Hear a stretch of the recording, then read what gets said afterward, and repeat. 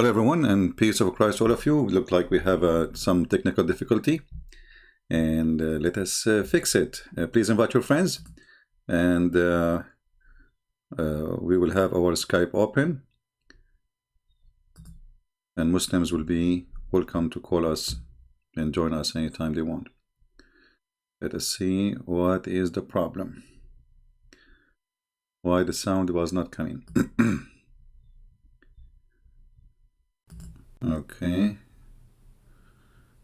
let us see.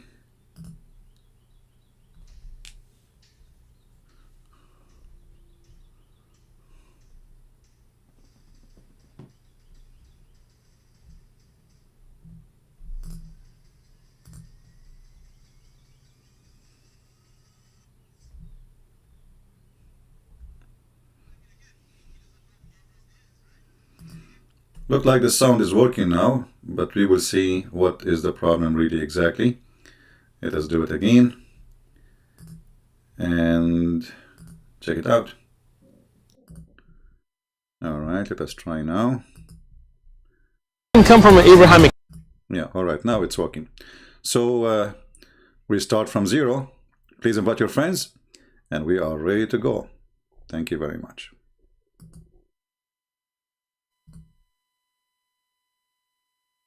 What happened? It was working a second ago. I don't know what's happening really with this program. Hold on. We just put it on and it was working. There is something fishy. Like, hello. We put it on. The second we click OK, then it goes.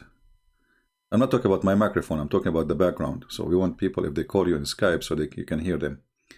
I'm not sure what's happening. Let me see. Give me a second, please.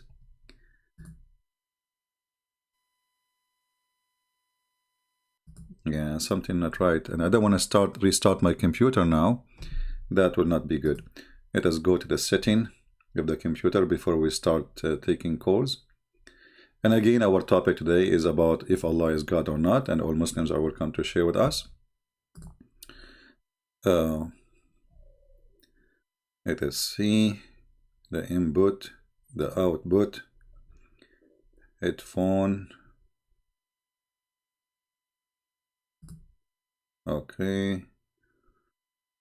Let us try now. No. No sound. Oh, now it's working. Okay.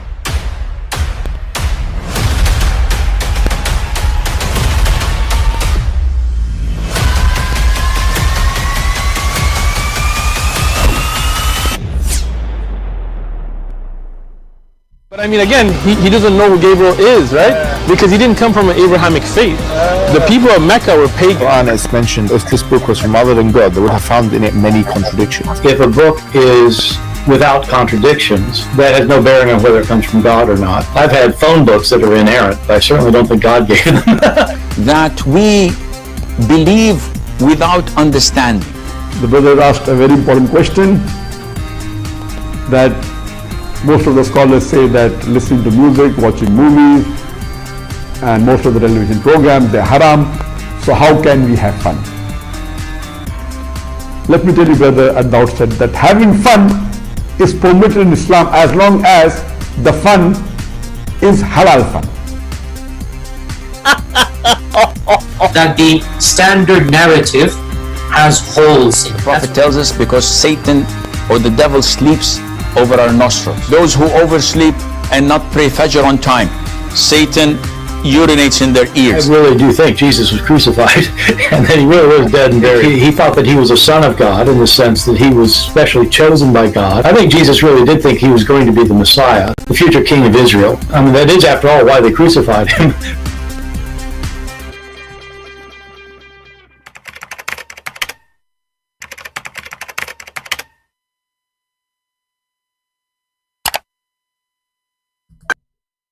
All right. So welcome everybody, and our Skype is open. We will not waste our time.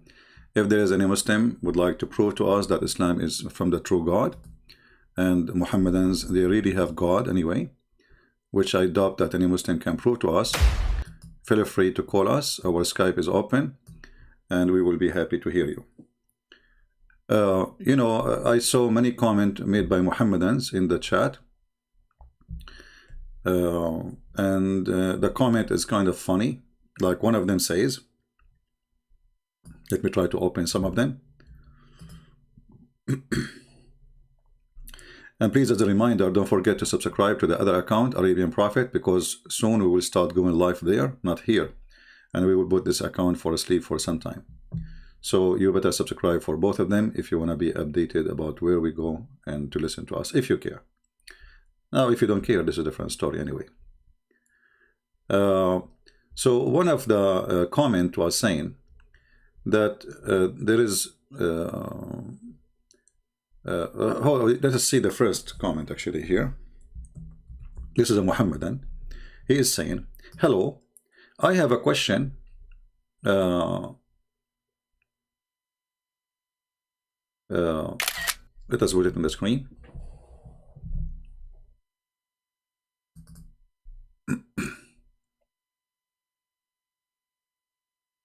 We put this, the comment.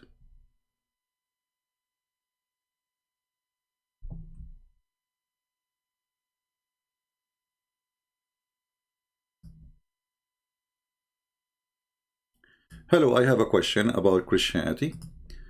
And this Mohammedan saying, since I just learned that John 8 about stoning a woman is not authentic and the properly was added later, do we have any proof Jesus did not want to stoning of people for things like adultery, etc.?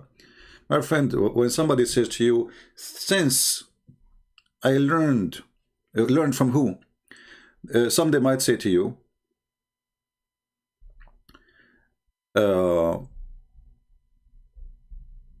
we could not find, like in the original manuscript, a manuscript supporting this verse, but doesn't mean it's not exist. And I will explain to you. When people, they copy the Old Testament and the New Testament from books to books to books, because there's no book will live for generations until now, thousands of years. So in the old days, they used to write their books on papers. And remember, those Christians, they were very poor. They are not kings and queens. The first time the Christian, they have a book written in, let us say, in a good method, it was when kings became Christians, not when Christians, the poor ones, they are Christians. So what they copy is from what was in their hand at that time, and they put it in what, you know, like, let us say 300 years after, or whatever years. But why they want to keep the original? So what people, they say today, we did not find from the thousands of manuscript that verse, but doesn't mean that doesn't exist, because nobody even preserved them, and even hard even to preserve them, because they are made from papers. So this excuse of not finding the verse in manuscript, that is a funny false excuse, because who said that we have a book for the whole book is preserved from the old manuscript? We have manuscript, not a book.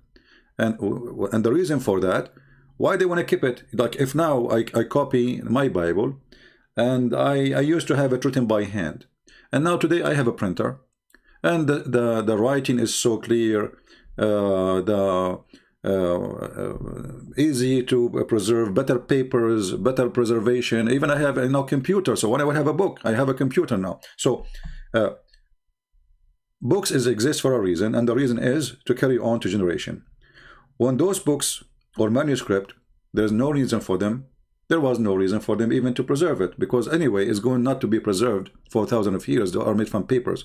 If you leave if you put a book made of, especially in the old papers, you know, the ink will disappear. If the papers stay, even the ink will go.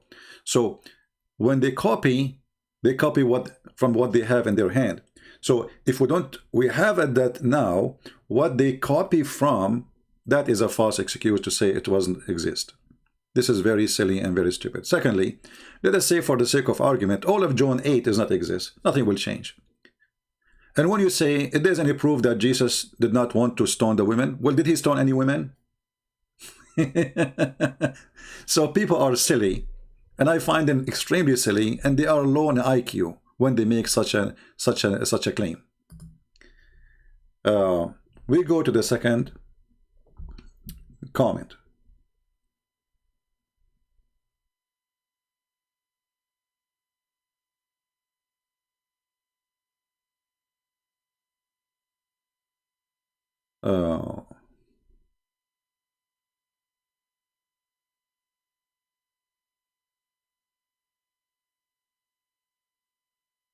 Let us see.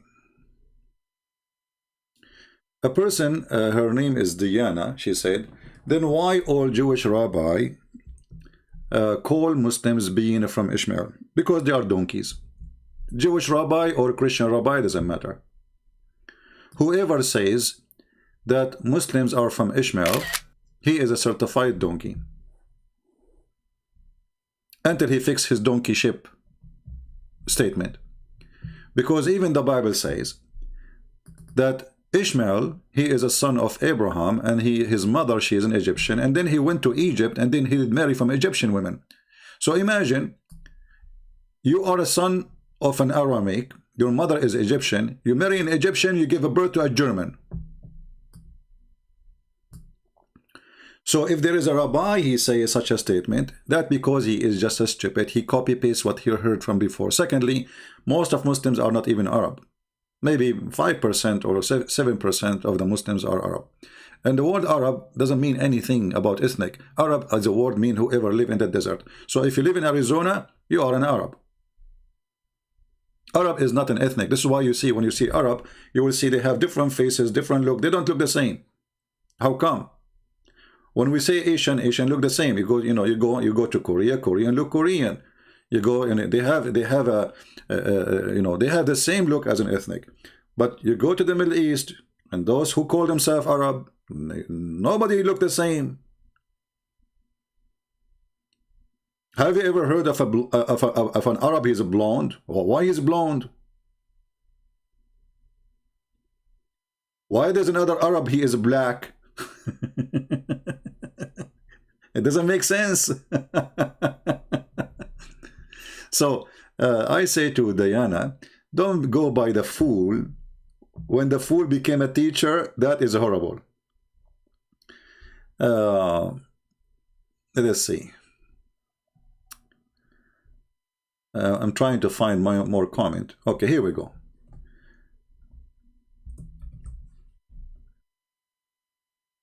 The Quran says, this is Mr. Nazarun M.D. Isa. Mr. Nazarun, I invite you to call me, my friend, and we will have a nice conversation together. Look what he said. Quran says very clearly that there is only one God. You know, I like it when Muslims says very clearly. That's the good thing, you know. And Quran, my friend, at the same time, keeps saying we very clearly. So if Allah is one God, and then he keeps saying we very clearly, so he is one we, God. It's a question I give to every Muslim. Why in the world somebody he is one God, he keep calling himself we? Yesterday we saw some answers, the most funny one. They say to us that because Allah, he wanted to be majestic. But this is a stupid. If it's God, he want to be majestic by using we, but this is a fake we. So Allah, he have to fake it to look nicer?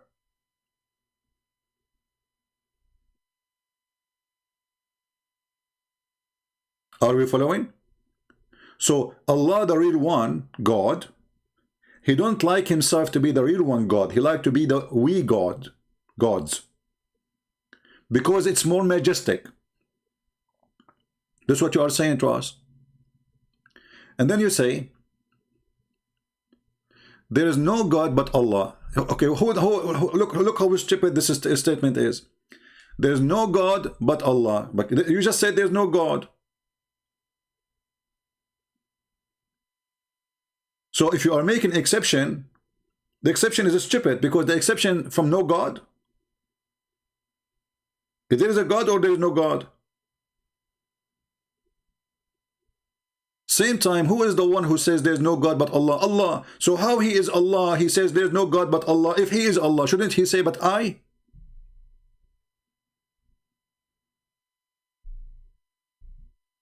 Do your God speak good Arabic? Or he is a guy from India, he came to work in Saudi Arabia, starts saying the word Sadiq. How are you doing, Sadiq? Okay, I'm doing Sadiq, good Sadiq. Sadiq, are you doing good, Sadiq? I'm doing Sadiq, Sadiq. Okay, Sadiq. How Sadiq? I'm Sadiq, you're Sadiq, everybody is Sadiq. Or maybe your God is coming from Turkey. Aman Rabbi Aman. Allah biyakur Ruman. So if this God, he speak good Arabic, then he should not use such a stupid language. Especially you just said that Allah very clearly, he say he's one. I mean, do you see how very clearly it is?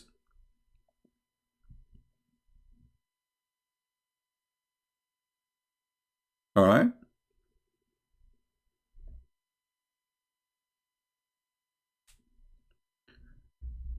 Do we have any Muhammadan would like to call me in Skype? My Skype is open, please feel free.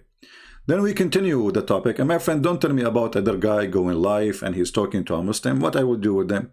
First of all, apostate prophet, you know, he is a nice guy, but he's an atheist. And for us, you know, he don't count really as a person who want to teach people about God. He's an atheist. Secondly, everyone, he have his own way in argument. So if you like an argument of somebody, go listen to him. If you like to be here, stay here, and don't tell me there, you know, and there and here. I found that most of people who speak about Islam, they are good in making argument, but they are not good in debate. And that is telling me that they are very short in knowledge. Because you make a short video, make a good argument, but the second we start asking questions, you don't know what to say. We continue. Then he says, there is no God but Allah is a principle of Islam. Allah use we. Okay, here is the butter in the cheese of the sandwich. Why Allah he use we? Listen carefully. Now let us make it a line. Hold on.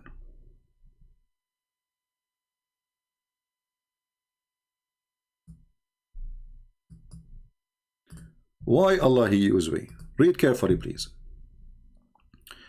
Allah use we cause to mention he is third person.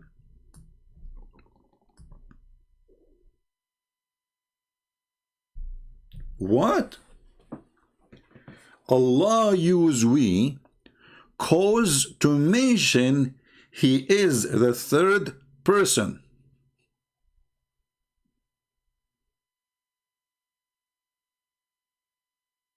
Any Muslim can help us?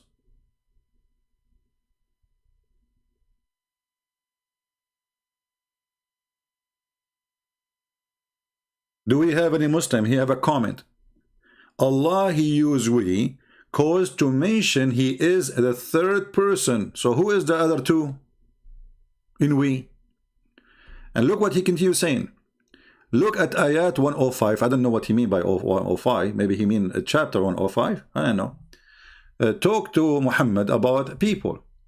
This is referred to the second person. So Muhammad is the second person. So Allah he say we, he mean Muhammad too. Okay. So Allah is the third, Muhammad is the second, and then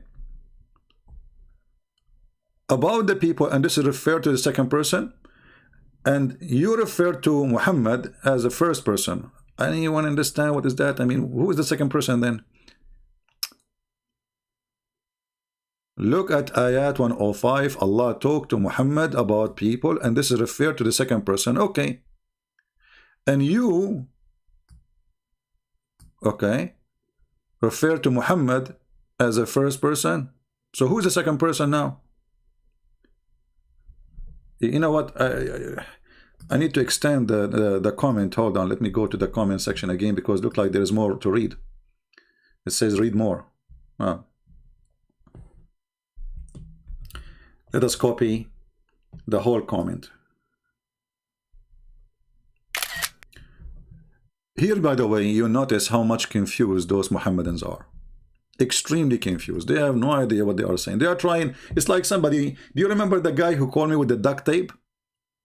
The guy who keep duct taping Allah and duct tape Muhammad?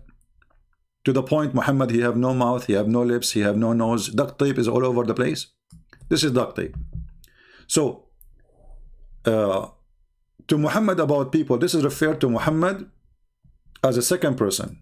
So now we have Allah as a third person. Muhammad is a second, is as the first person. But here in the beginning he says the second person. The speaker says, and I, and sometimes says we, also use that our conversation, nothing is weird, proceed. My friend, your answer is the most weird proceeding answer ever. And then he said, my question, who is we and I in the divine of a Trinity? Can you answer me? I'm waiting for your answer. Okay. Well, Jesus said, me and the Father is one. So we believe in Christianity, we believe in unity. So there's one God. The one who saw me, he saw the Father. For I am in the Father, and the Father in me, and I and me and the Father is one. And when God, he say we Christian believe in Trinity.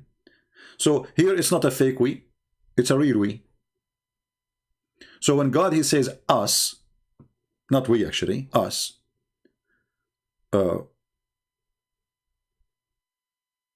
he is talking about God the Father, God the Son, God the Holy Spirit. You Muslims now trying to find a replacement for we, speaking about Allah, speaking as the third person. But why Allah need to speak about the third person if he is the first person? Is Allah weak in knowledge? Is Allah weak in language? Is Allah trying to copy the Arab so he can be respected by the language of the Arab? Is that how God he earned respect? By calling himself we? Because if what make God more respectful by saying we, that's mean it's not fit for Allah to be one. Because as you see, it's not good for Allah to be one. He like to be we, so he can earn some support and some respect and more worshippers. Look like if Allah is one, he is not going to be respected by the Arab.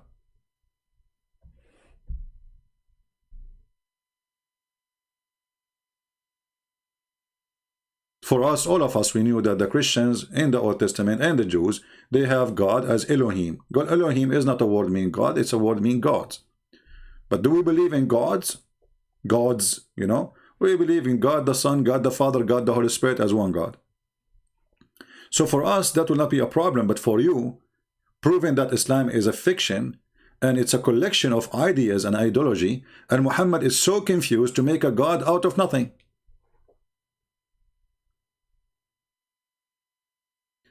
Do we have any Muslim would like to call me in Skype and tell me anything to prove to us that Allah is God? You see, in the beginning and the end, I don't care if Allah is 1 or 2 or 3 is 4. This is actually a very silly idea. You know, when the Muslim, they speak about being proud that Allah is one, who care? He is one idiot. We have one like him in the White House. Your God Allah, the idiot, did not remember that he have a name. It's called Ar-Rahman until Muhammad became in the half of his mission. Suddenly Allah, he told Muhammad that my name is Ar-Rahman. So why Allah did not tell Muhammad my name is Ar-Rahman from the beginning? He forgot about it, and suddenly the name of Ar-Rahman appear everywhere.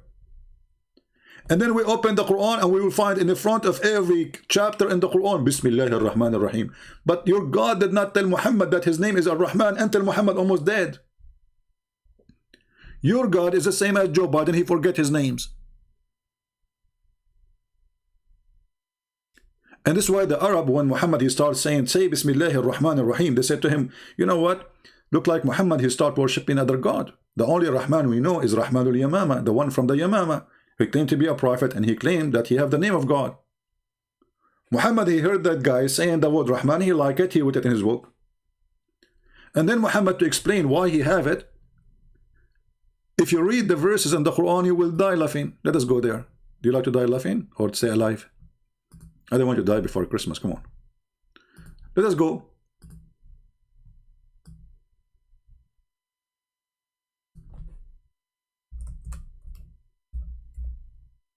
No, we are typing in English again.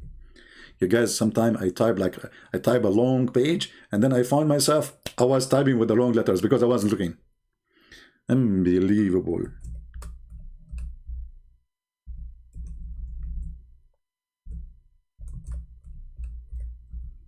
Don't do that. All right.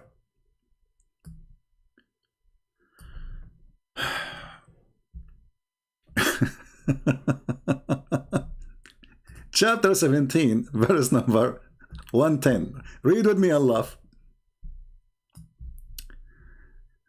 I want Muslims to explain to me how in the world this has happened. Say, call upon Allah or call upon Rahman by whatever name ye call upon him, for for him belong all the most beautiful names. Like, what the heck?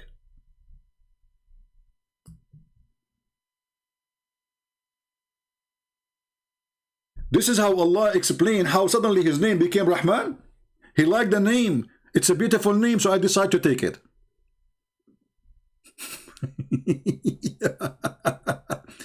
All a beautiful name belong to Allah. Hey, I see a woman there. Her name is Monica. Hey, Allah, do you like us to call you Monica? Be honest with me. Do you feel like to be a Monica today?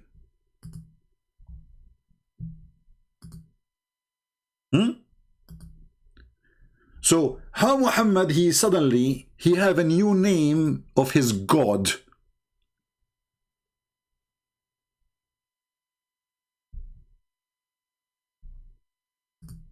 We have a Muslim supposedly trying to call us at the same.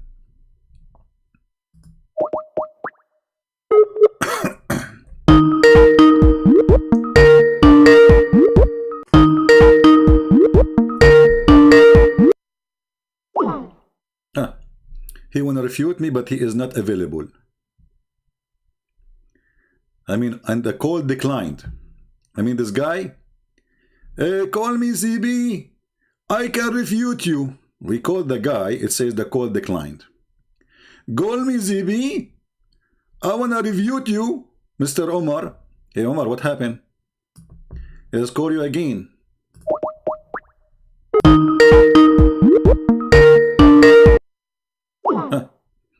Omar is unbelievable and call decline. What a potato kid. Let me block you. Take care, Abdul. May Ar-Rahman bless your testicles because you have big ones. To the point you don't dare even to take a call from me.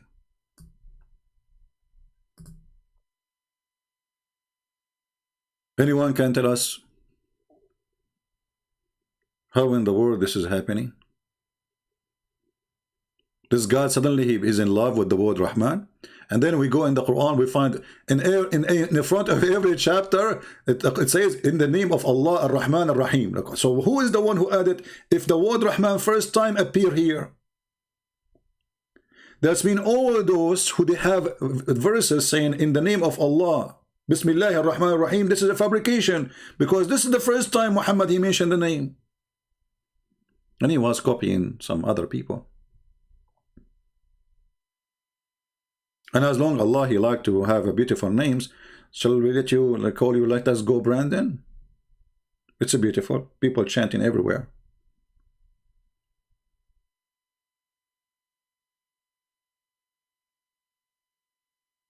Do we have any brave Muslim? He can make Allah survive from drowning. Allah is under the water and there's too many holes. And the water is going inside him left and right. Who is going to call us and use duct tape to stop the leak?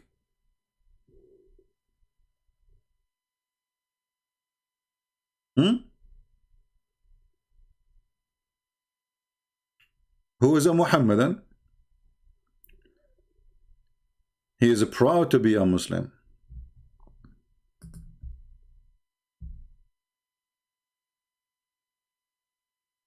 we have a Muslim here is giving us a very good argument. It's good argument for ducks in the ducks words. Just to show you how. This is a Muslim. He could not answer us about anything we say in Islam, so he decided to switch to the Monica mood. Sorry, Monica, I'm using your name. I stuck with it. ABS Dula saying, I like this as ABS.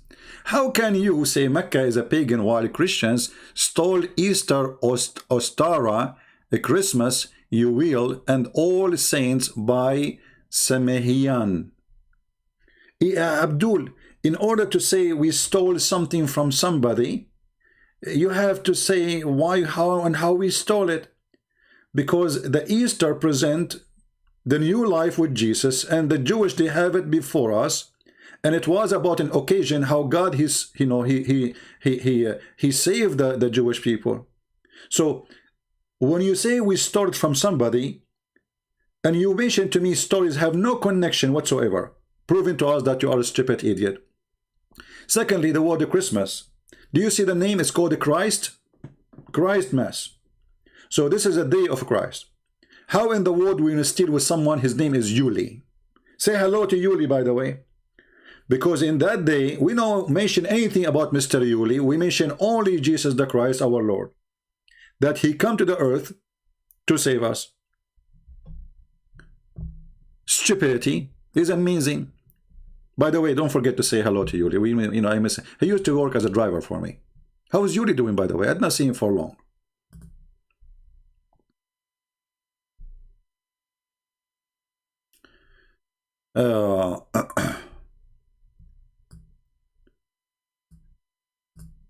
When we say the Easter, it's about for us being saved.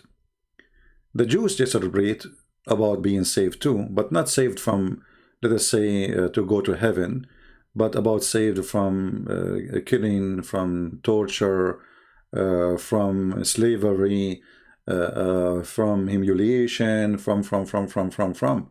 So they celebrate the grace of God upon them. For us as a Christians, when we celebrate the Easter, we are celebrating the resurrection of Christ and how he overcome death by death, proving to us that we will do the same too. We are going to overcome death by death.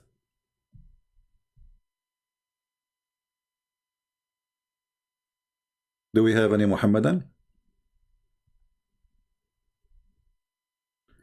Who is a Muhammadan?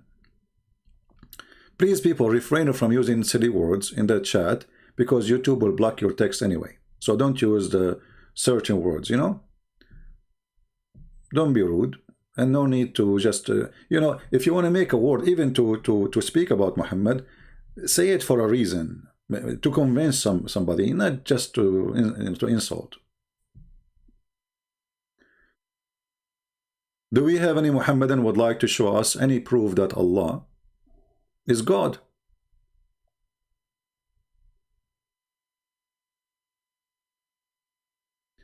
The verse in the front of us, by the way, Muhammad is copying the Old Testament, that the people of Israel, they will be gathered from around the world, and this is the promise of the Holy Land. But because Muhammad is a fool, he just debunked all the idea that the Muslim, they should have Jerusalem. Read with me carefully and see how stupid Allah is. And we said, therefore, to the children of Israel, dwell securely in the land of a promise. But when the second of warning come to pass, we gather you together in mingled crowd.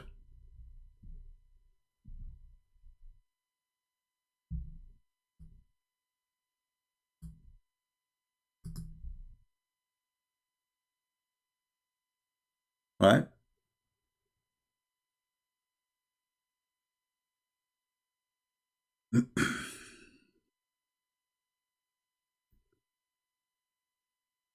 Somebody saying the Father Christmas is the same as representation as was used by the Sotomalia.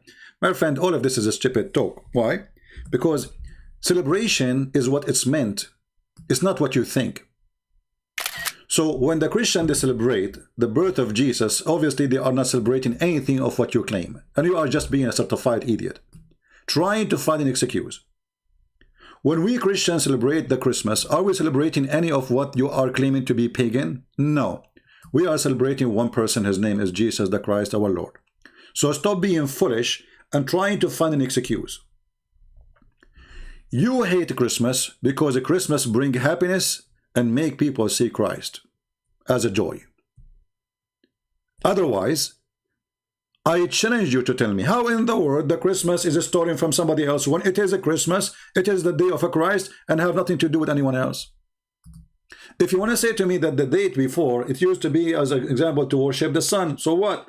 We replace the pagan God by the true God. So instead of worshiping the sun in that day, we worship the Messiah in every day.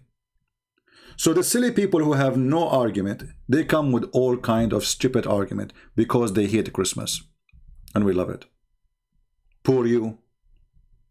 What do you do for Christmas? Be careful, it's a pagan day. I advise you to hide under the blanket. The pagans are coming. Tiki, tiki, tiki. Santa Claus is coming to your door. What you will do, Mr. Theodore?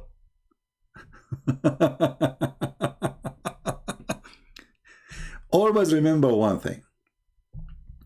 Let us say one day we were able to convert all the Muslims in Mecca. I pray for that. And then we decide to make the pagan Kaaba a church. Are you going to say to me that this is a pagan place? We will laugh at you. We will laugh at you and we will give you a title of a monkey who claimed to be a donkey. But in the appearance, he is just a mule and he is out of a fuel. So desperate, so silly, so stupid, so naive. Don't get married. Your wife, she will leave you, trust me. She will run with the turtle because a turtle is smarter than you and he's faster. Remember, a male turtle, unless she is lesbian. Do we have any Muhammadan want to say something to us? Anyone? Who is a Muhammadan from the Muhammadan religion who believe Allah is one, would like to talk to us about Allah the one God? There's no Muslims. Shall I call Zakir Naik? Taradam, taradam. Taradam, taradam. Taradam, taradam. Taradam, taradam. He's not answering, sorry guys. I mean, that will take forever. Taradam, taradam. Taradam. Like what? Hey, Zakir Naik, come on. There's another place. We are not going to spend the day making tararam, tararam. That's not nice. I mean, come on. Zakir Naik, say something. Something.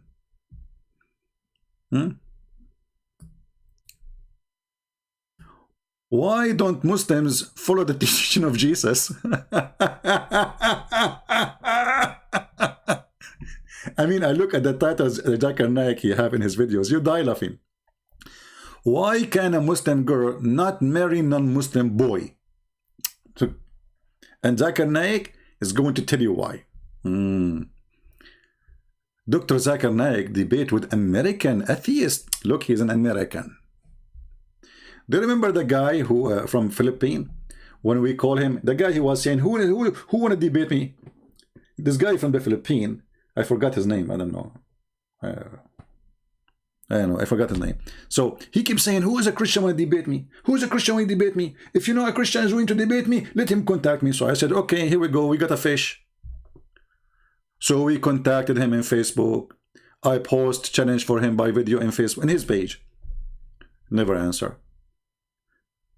I made another video. Never answer. Then we decide to call him at home.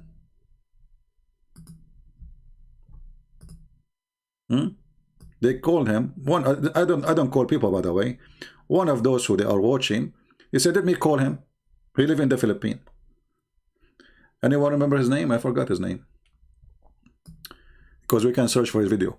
The guy, he said to me, I debated real American. You are not a real American. You have accent. In the sun, yeah. In the sun.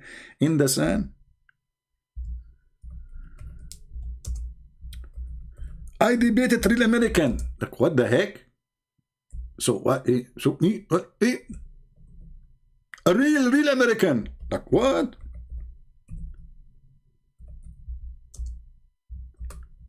Are you sure? I was like, you know, like, what the heck? He debated real American? What? Brother, you debated real American? That's deep. That is truly deep.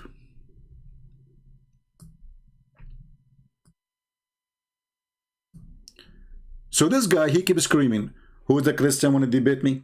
I challenge all Christians to debate me. Who dare to debate me? Can you debate me? Then Christian Prince, he called him to debate him. Then what he do? You want to hear what he did? Let me play some of it for you. Hello everyone.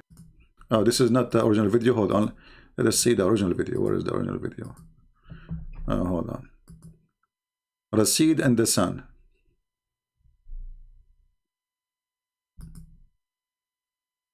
Show me your face. Why? Show me your face. Give me your name. Chris, Huh?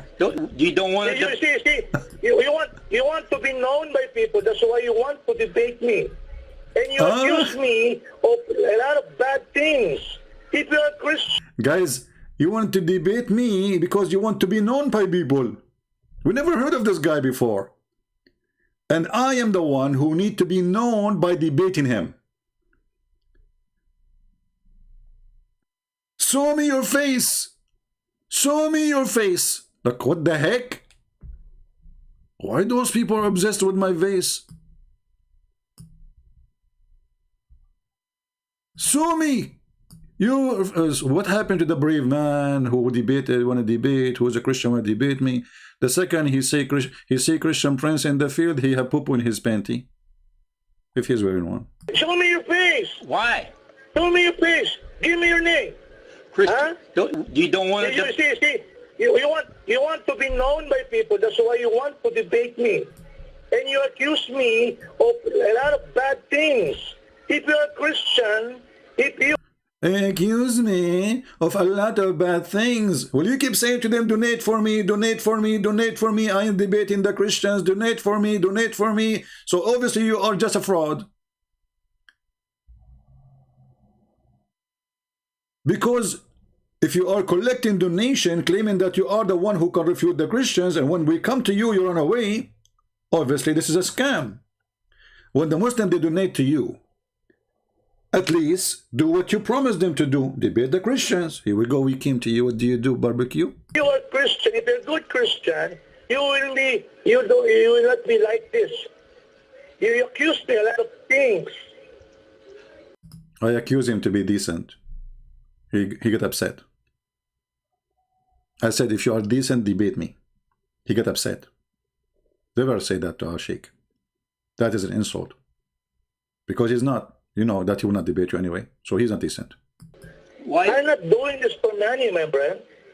How come you accuse me of everything? Nobody accusing you nothing. You want to debate? No, you accuse me. I read. Someone sent me your message. Why didn't you accuse answer? me a lot of things. Why didn't you answer? How can I, brother? How can I? So look. Look. I have debated an American here. You want to see it? I'm not. I debated a true American. A true American. Born American. Born American. Unlike you, you're not American. Because. Not like you, Christian Prince, you are not American. Muslims are not racist. They are not. I debated a true American. A true American. Who is here a Filipino? I love Filipino people. By the way, Filipino are the nicest people ever you can imagine. I love Filipino people. They have really a place in my heart. They are wonderful people. I mean, you can go to any country in the world, you will not find nice people as the Filipinos. When they talk to you, they speak with respect. You know, they are very polite. For sure, there's bad and good everywhere, right? But I can say like 90, maybe 97% of the Filipinos are amazing, wonderful people. I love them really from my heart. But do the Filipinos deserve this? Frauds? No, this is not my voice. It's a guy who called him. He lived in the Philippines. You know, he called him by phone because he have his phone too. He says, call me like hello. I don't call people. I call them by Skype only. I never call by phone. So a person who is in my program, he called him and he put me in, to speak with him. Right? Where is this? Where is the sheikh? So all of them, they are sheikh. The second they appear in front of Christian Prince, they turn to shakuka. Yeah, what he meant by true American, he meant a blonde, green or blue eyes. And those are racist. The Muslims really are racist. They always think highly of the white man. Muhammad, the white man. If you watch videos about describing how white Muhammad is, Muslims in YouTube, they have tons of videos about the descendant of the Prophet. The descendant of the Prophet. All of them, they are redhead people. Let me find you a video. Hold on. This is a very racist cult.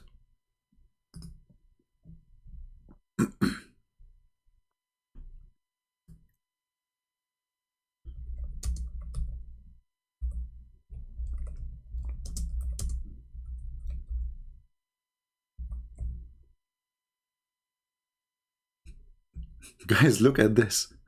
The descendant of a Prophet Muhammad. Take a look.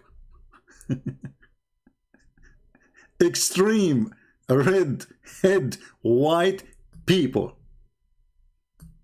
They are not only white, they are extreme white to the... Are you taking a shower with the Clorox?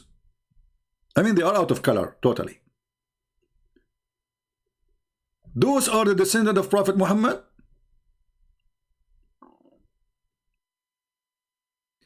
And then if you search for the video description of Prophet Muhammad,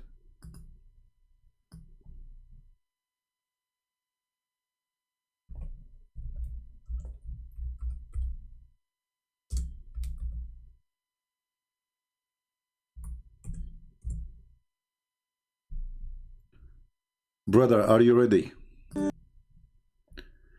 Now you will hear how pretty Prophet Muhammad was. He was the most pretty girl ever you can imagine. He's so pretty.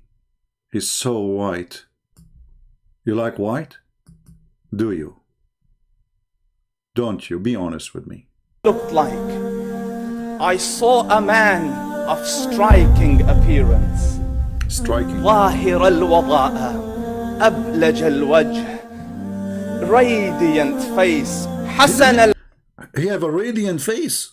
He's so white to the point he have a radiant face. Ablaj. Ablaj is so white. You see, they don't translate in English. He is so white to the point he is radiant. الخلق beautifully created. Oh boy. لم تعبه الثجلة. His belly wasn't protruding. I love the belly. Tell us about the belly of the Prophet. What happened to the belly? His belly wasn't protruding. Like what? لم تعبه الثجلة. His belly wasn't الثجلة. His belly wasn't protruding.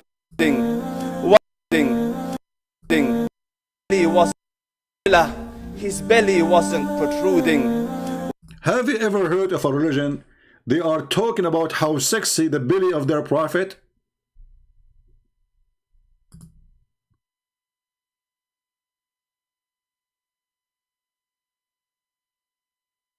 Your Prophet belly was so beautiful. I'm really thinking to convert to Islam now. Is that your Prophet, the belly, the cable guy? his belly.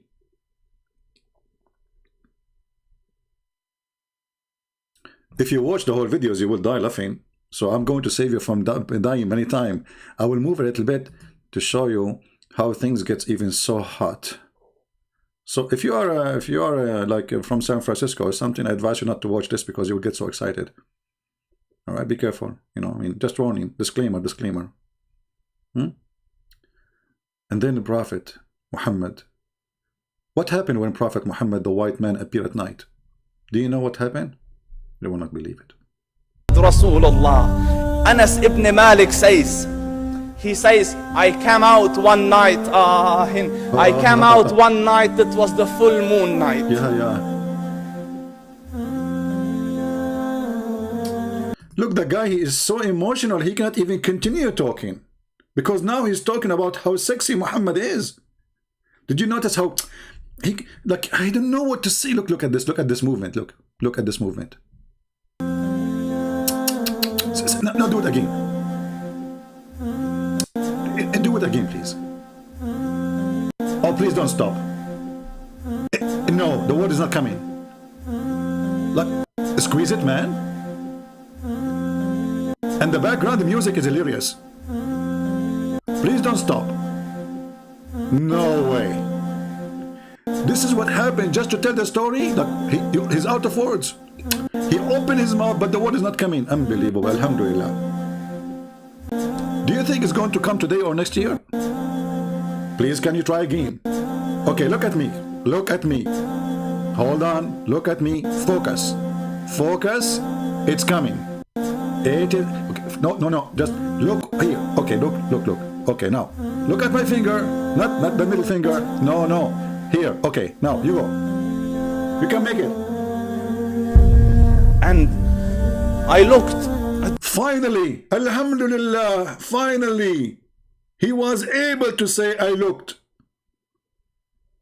It took me a surgery.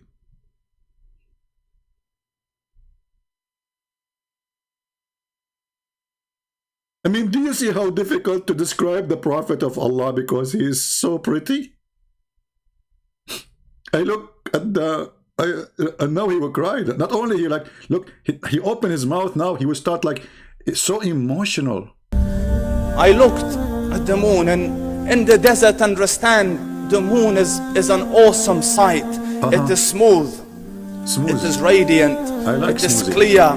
It is gentle compared to the scorching sun at which they are used to. So the moon was the epitome of beauty. So now we will compare the epitome of a beauty with the most beauty person in the world, Prophet of Allah. So he says, I came out at a full moon night and I looked at the... Look, hold on. We have to stop here. Guys, we have to take a break. What is the video of commercial break? I need to find it so we can play it. Commercial break. I mean, we should make a commercial break about if you like to be beautiful with makeup. Like, what? Commercial break.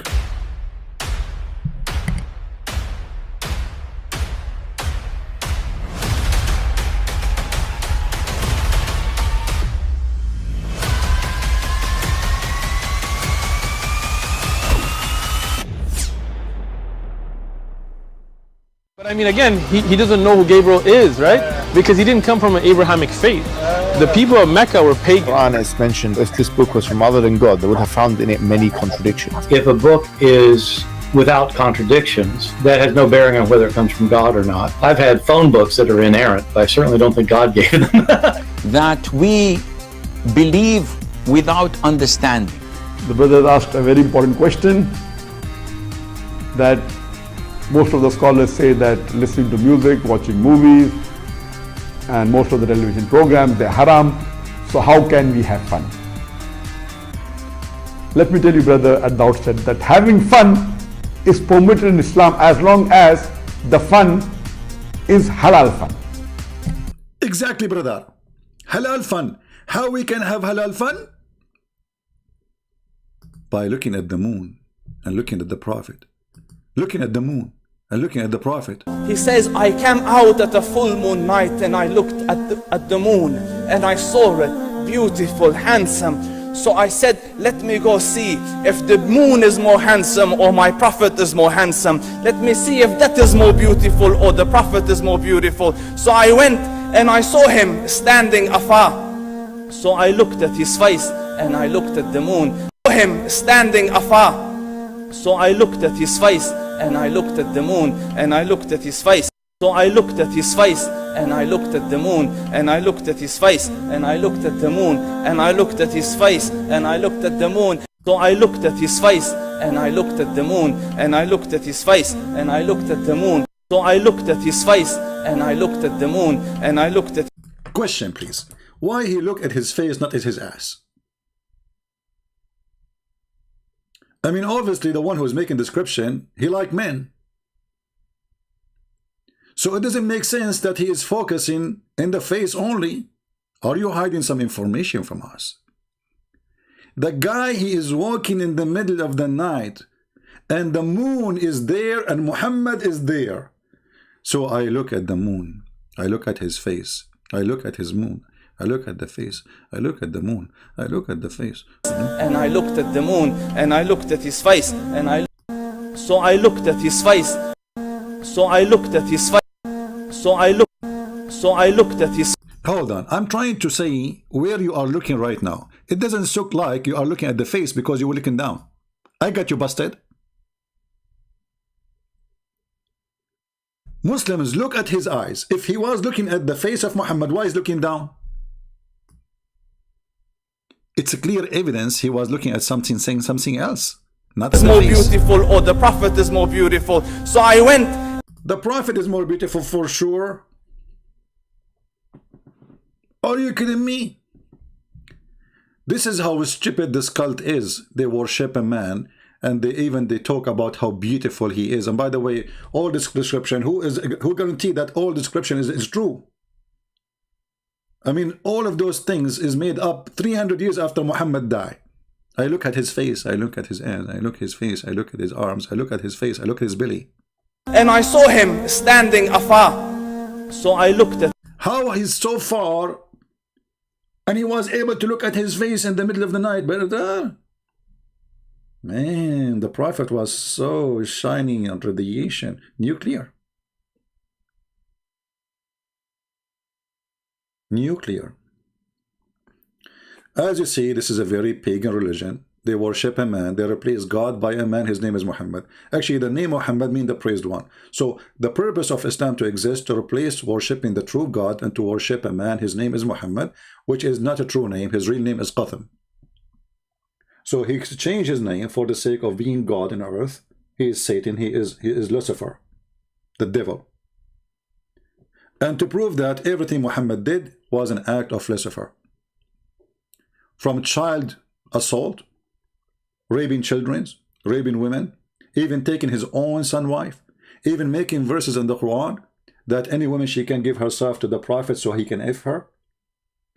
To the point even he gave himself a privilege, and that was all a privilege for Muhammad only, that if his eyes fall into a woman, her husband must divorce her so the Prophet can F her. Is that an act of a prophet or an act of Lucifer?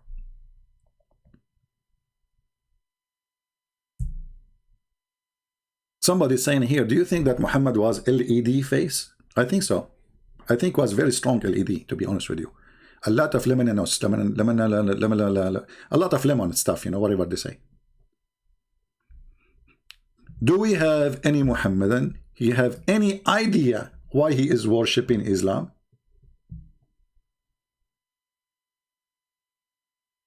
Aka Muhammad? Any Muhammadan?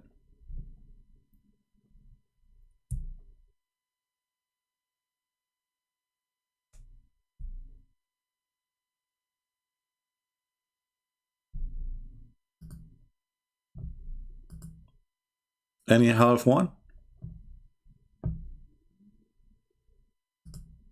What happened to the proud Muhammadan? Are you Muhammadan afraid that if you call me you will leave your religion?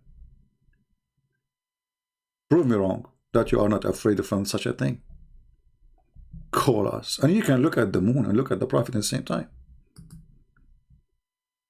Nobody will stop you.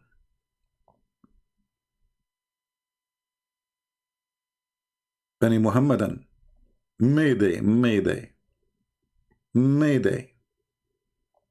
So, from a guy who want to debate a Christian prince, he debate real American, to a guy speaking about the belly of the Prophet and his belly bomb, by the way. I mean, they have a lot of description, but the belly bomb of the Prophet was so beautiful, brother. Hey, Muslims, do you have any description about his private part? Come on, be honest with me.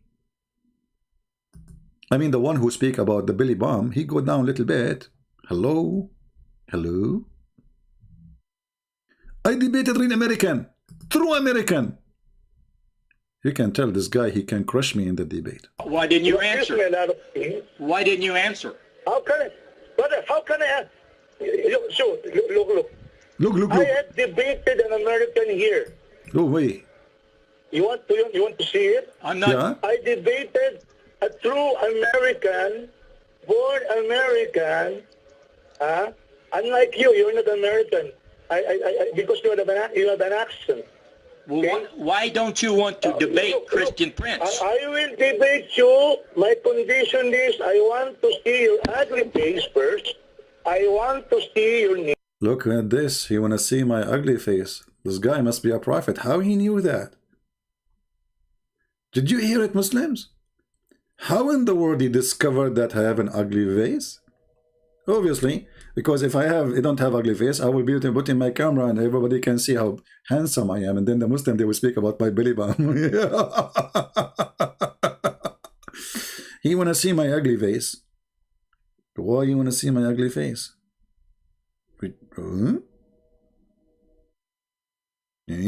Sound fishy for me. Are you going to debate me or you want to see my ugly face? Okay, tell us more. I want to know your name. We will arrange everything. I debated there are at least 3 times I have experience in Paltalk. Okay?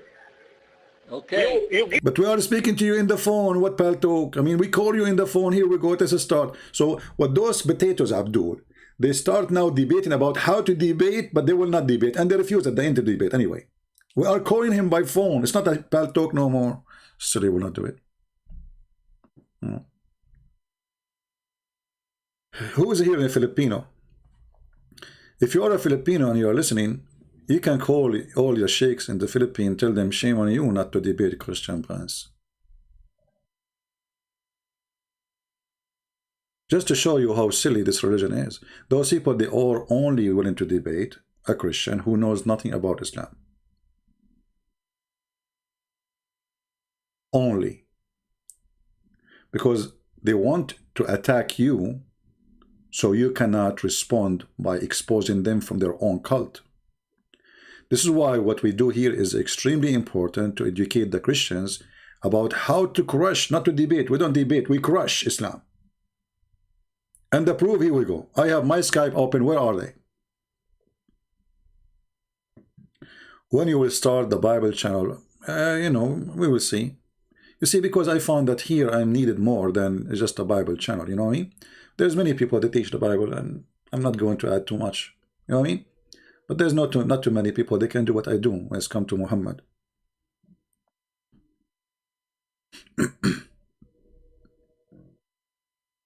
Do we have any Filipinos here? If you are a Filipino, call the sheikhs in the Philippines and tell them, you know what? I have an offer for the sheikh in the Philippines. If you call me and you win, I will give you 10 balut. Once I was in the beach in the Philippines, and there was a guy behind me standing in the middle of the beach. There's nobody there. It's only me. And he was standing here bicycle. He says, balut, balut. Like I said, what the heck? And I look, there's nobody there. I mean, why he's screaming to this guy? I thought there's a guy, his name is Balut. So he's standing just behind me, Balut. Like, what the heck? So I said, hey, listen, there's nobody here. And obviously, Balut, he cannot hear you. He said to me, sir, Balut is a food. Do you want some? So I thought all this time he's calling somebody. His name is Balut, or maybe his dog or something, like Nobody's answering Balut, and he's standing just behind me, and there's nobody else in the beach. Balut. So listen, if you debate me and you win, I will give you 10 Balut. You know what? 20. You know what? I will make a contract with you to supply you for Balut for the rest of your life. Retirement Balut plan.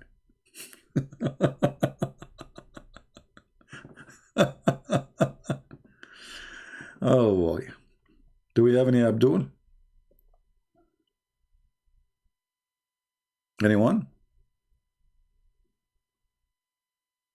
Nobody? Nobody want to have a Balut? What the heck? We are out of tricks. We're trying all the tricks. Let us see this guy, if he is decent. Hello? You Muslim women are full of AIDS. Hey, now I wanted to... Hey Abdul, see, when you Muslim, you say to us that we Christian full of AIDS, I respond to you. And the truth is that number one, sex tourists in the world are Muslims who go to Thailand, who go to everywhere for the sake of sex. So when you accuse the Christians that our women, they have AIDS, I respond to your stupid statement. Coward, son of Muta. Christian women have AIDS. So who is number one tourist in the world for sex? Muslim men. And what Muslim men they bring with them when they go home? AIDS. And they will give it to who? To Muslim women. So when your sister, she say, Christian Prince, you are single because all women, Christian women, they have AIDS.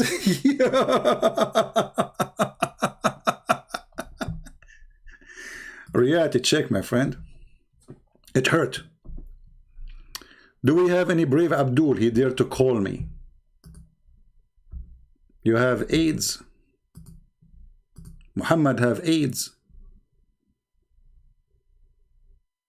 Sex tourist.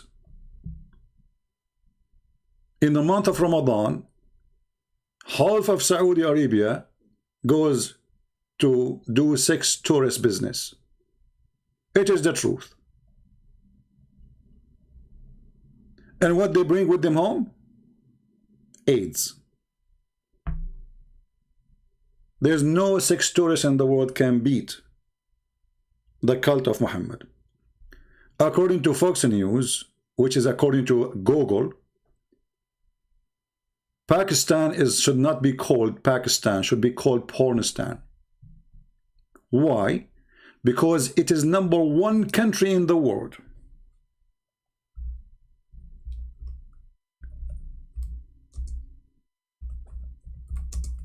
Who search for sex with donkeys, children rape.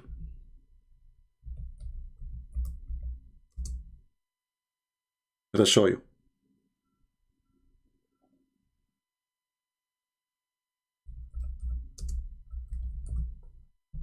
It's true. This is how much obsessed with sex you are.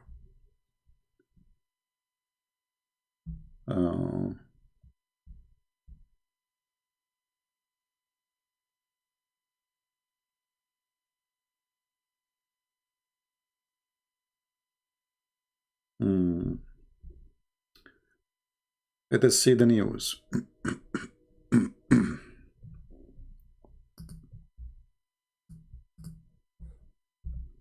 You brought this to yourself. Pakistan porn search top 1 Google.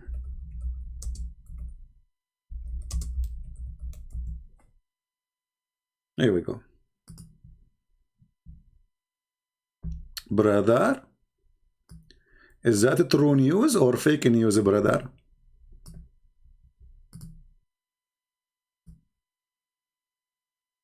So what if we send those Abduls who they are searching, number one people in the world who search for sex with goats?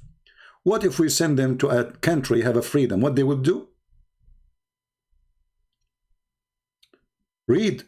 Number one nation in sexy web search, call it Pornistan. Call it what? porn stan. And what porn stan will bring? AIDS stan.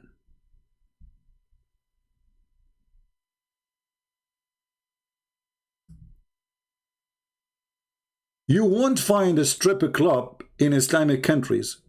Most Islamic countries have certain dress code, said Gabriel Said, professor of Islamic studies. So here is the irony. Google ranks Pakistan #1 in the world who search for pornography. And what they search for? I wish they search just for pornography. Top dog per person for horse sex. For what? You search for horse sex, which means having sex with a horse. Donkey sex. Rape pictures.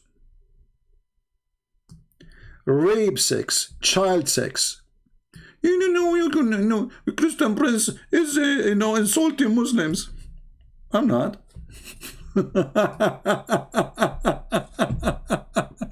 So, did Islam make you a better person? Or you became a sex addict and you go to other countries just to have sex and bring AIDS with you? It's the truth. So when you say to Christian Prince, Christian women, they have AIDS, we laugh at your statement and we prove the opposite. Live with it. Followers of the Mut'a Prophet. And by the way, if there's any proof that Muhammad himself did not die from AIDS, let me make it simple for you. Muhammad in the end of his life was really sick for a long time. Very long time. Now, the hadith says that Muhammad, he died because of a poison. Right? This is what the hadith is saying.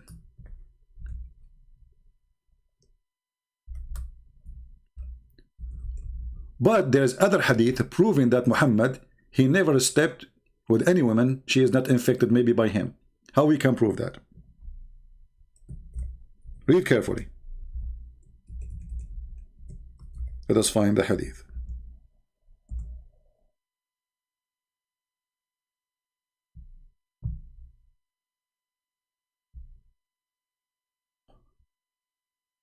Read carefully.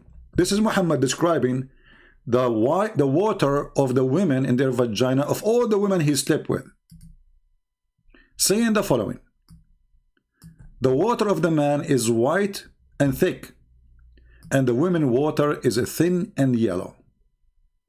Now I want the Muslims to go check and tell me why the women Muhammad he is sleeping with, all of them, they have a yellow water. What is that exactly? That happens only if you have a sexual disease. Prove me wrong.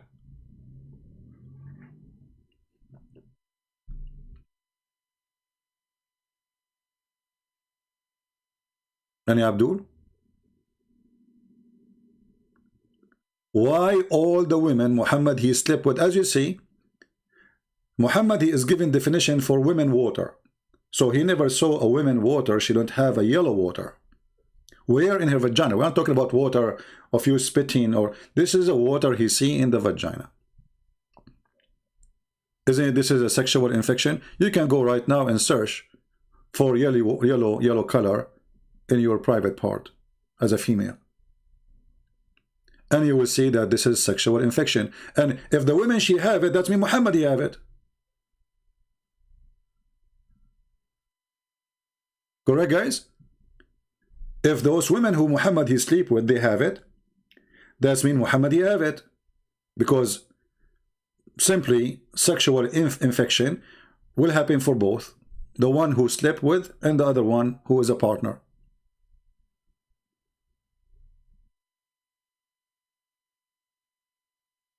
Any Muhammadan?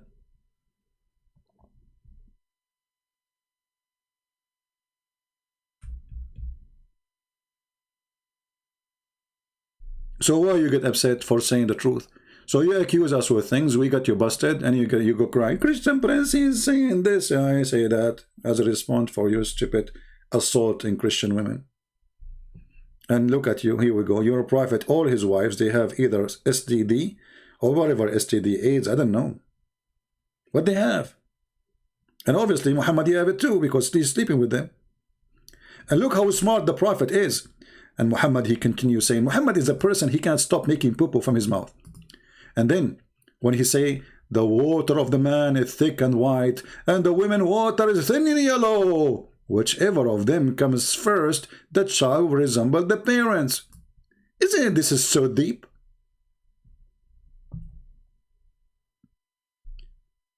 The one who comes first,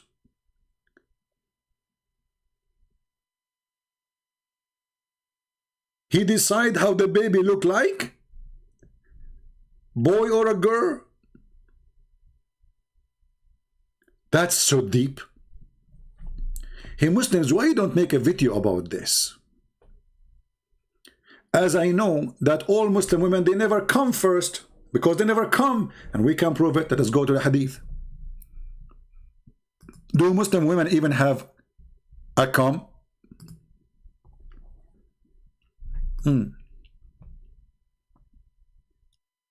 Read with me and love.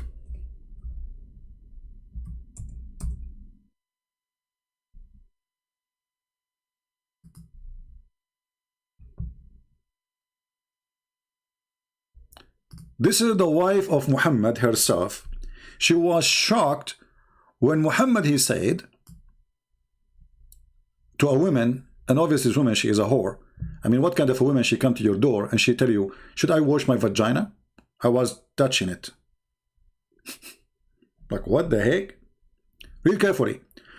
Salama said, Salama is the wife of Muhammad, said, Salim, this is another whore, said, Allah Messenger, Allah does not refrain from saying the truth. Okay, the truth now about what? About vagina. Is it obligatory for a woman to take a bath after she get a nocturnal discharge? That's deep. She said that? Nocturnal discharge? No. In Arabic it says ihtalamat, which means she was touching herself and she have orgasm, dreaming of somebody, not necessarily sleeping. Nocturnal discharge. How does nocturnal discharge? Here in Arabic it says ihtalamat. Ihtalamat mean you think of someone that you are having sex with that one, and then you will have orgasm as a result of, you know, I mean, you know the thing. You can ask Joe Biden, he can give you more details, you know. And then Salama, the wife of Muhammad, she smiled and said, like, what the heck? Does the women get discharged?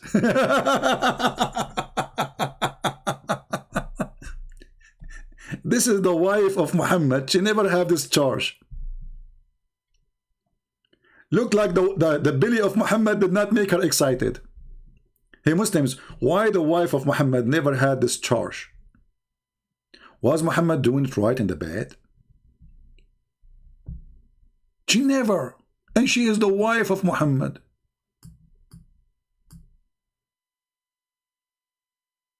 So compare. Muhammad, he is a fool. He don't understand that this charge of a woman is not a sperm. He think it's a sperm. So the man have a sperm, it's white and thick.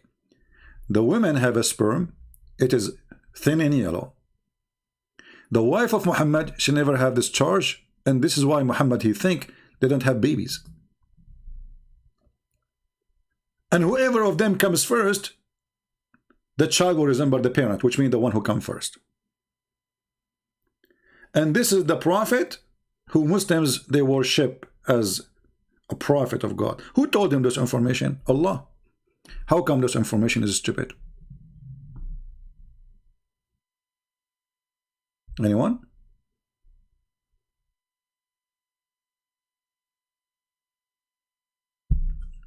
Any Abdul? By the way, I was worried that if I get married ever, then I will have a son and he will look like me. That's horrible. You know, I mean, my son will hate me, to be for sure. So now I will use the advice of a prophet of Allah. I will never come first. I will more condescend with my wife. He says, you come first. She said, no, you come first. I said, no, you come first. No, you come first. You know, Middle Eastern, they have a tradition. Like you go to a house of somebody, or two Middle Eastern men, they want to enter the door of a hotel.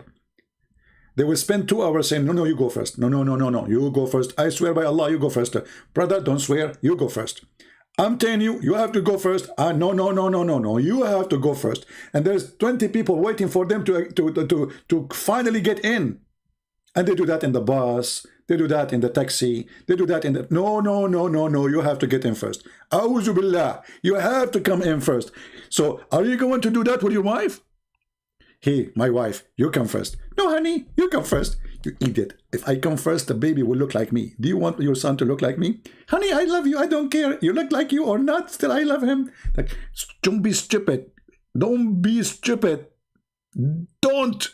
You have to come first. Honey, I'm not going to do it. You come first. I swear by Allah, you come first. This, you know what? You and me, we come together. That will make the son is half ugly, half good looking. Hey, Muhammad, what if they come together in the same time? What will happen then?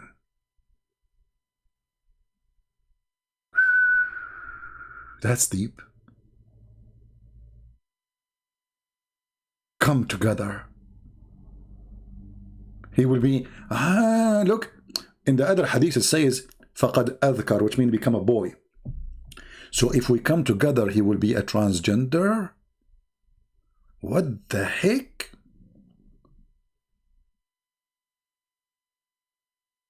Like he's half girl, half female?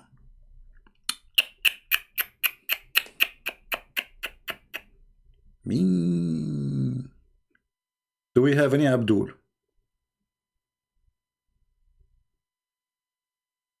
Anyone?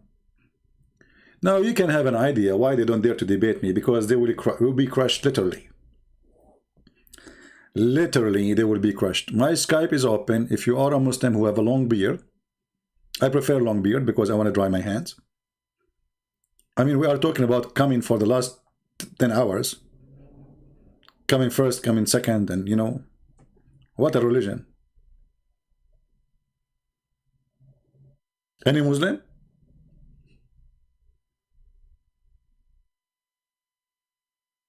We have a Muslim, his name is Mahfouz. How are you, my friend Mahfouz? Do you like to call me, my friend?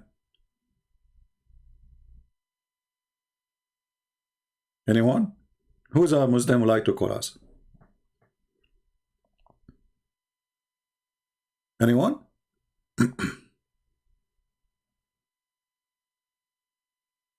And the funny, you know, sometimes Christian, they say to me, I mean, when you speak about Islam, it's so dirty. So what I would do, I mean, okay, what I would do, Islam is dirty. Should I worship before I talk to you about it? This is Islam, what I would do.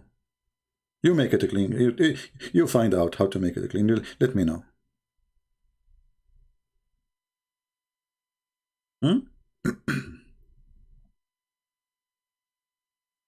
Do we have any Muhammadan would like to call me? And I'm not going to ask you a question. You call me and tell me what you think about Islam. Anything you want. Forget about what you see on the screen. It's very dirty, man.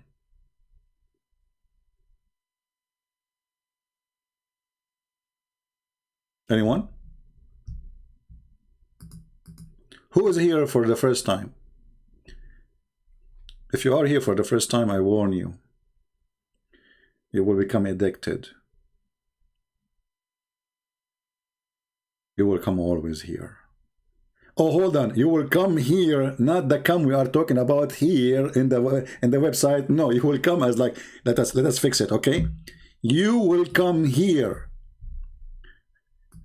I don't want now the Muslim to say, oh, if this is the case, because then the Muslim, they will come. If this is what they think no, Muslims, I did not mean that. I said you, let me type it for you.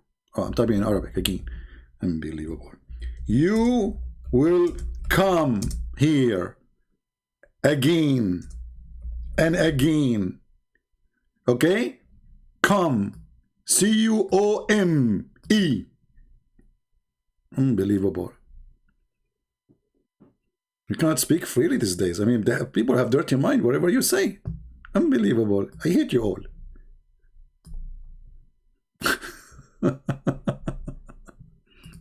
Any Abdul?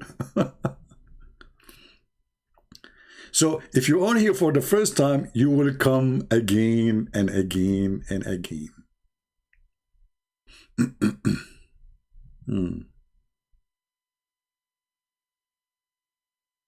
Any Abdul?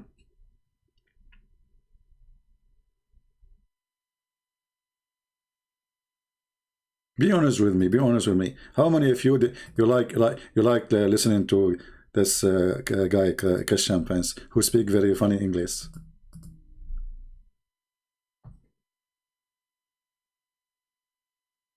Any Muslim? Okay, let us go to the Quran then. As long as there's no Muslims to to talk to us. Yesterday we spoke about Mr. We, he. So Allah always in the Quran, He keeps saying we. But Allah is not we. Allah is He. But if Allah is He, so who is Allah? I mean, if I keep saying it is He, who is the one who's talking then?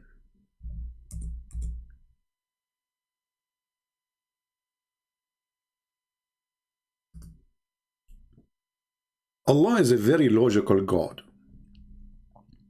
He say, if ye are in doubt in what we have revealed from time to time to our servant. I love it when it says from time to time. What is that? From time to time?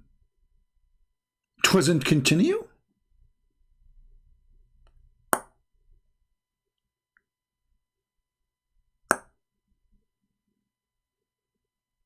Sorry, this is the faucet, by the way, dropping from time to time. Allah revealed to Muhammad from time to time. And look at the challenge. If you are in doubt in what we, Allah is again we, revealed from time to time to our servant, which means Muhammad, then, okay, produce surah like it, okay? Can you produce surah like it? Can you? Hold on. Isn't it this is the chapter of the cow chapter? Yes. Isn't it in this chapter everybody is talking? Yes. Isn't it in this chapter it says that when Allah He said to the angels, I'm going to create somebody to inherit the earth, they said, will you create someone with doom achievement? So how you say, can you create something like this? And here we go, the angels are making Quran. Last time we asked a Muslim, we says to him about the chapter of the ants. Who is speaking here? He said the ants. Said, so how Allah, He says, can you make Quran like the Quran if the ant is making Quran? He said, Allah is quoting the ants. Allah is quoting who? The ants. The God who caught the ants. He must be so wise. Allah is quoting the ants.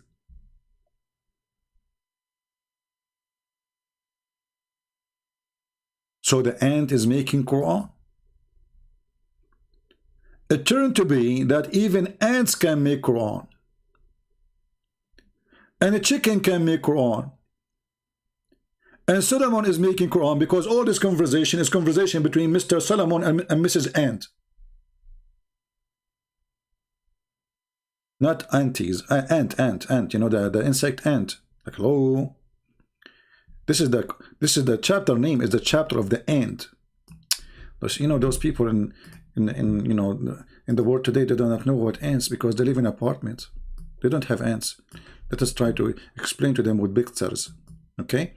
So we will try to show them how ants look like for real, for first time ever in their life. Because this is what happened to Solomon. He never saw an ant until he arrived to the valley of the ants. Because at that time, brother, ants, they live only in the valley of the ants. They have independent state of ants. Oh boy.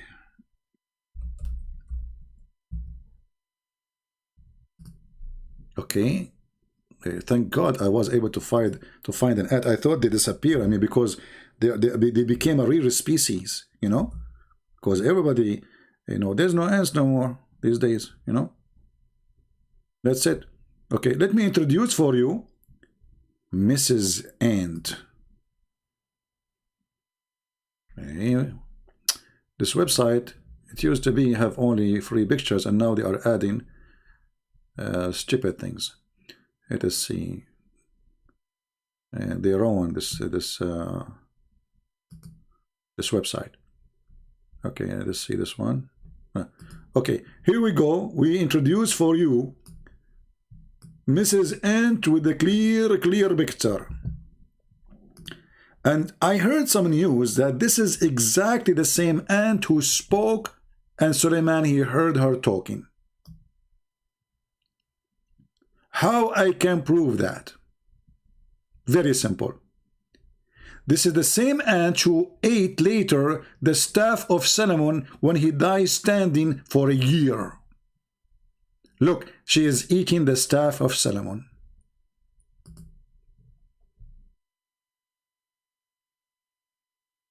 Do you remember the verse in the Quran? Who remember which verse? Which verse?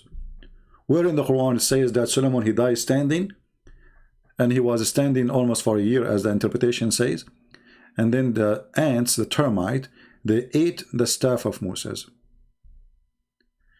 You will hack my web camera. Good for you, Mr. Mahfouz, because what will happen, you will die after you saw how I look like, Mahfouz. That's deep. Guys, Mahfouz is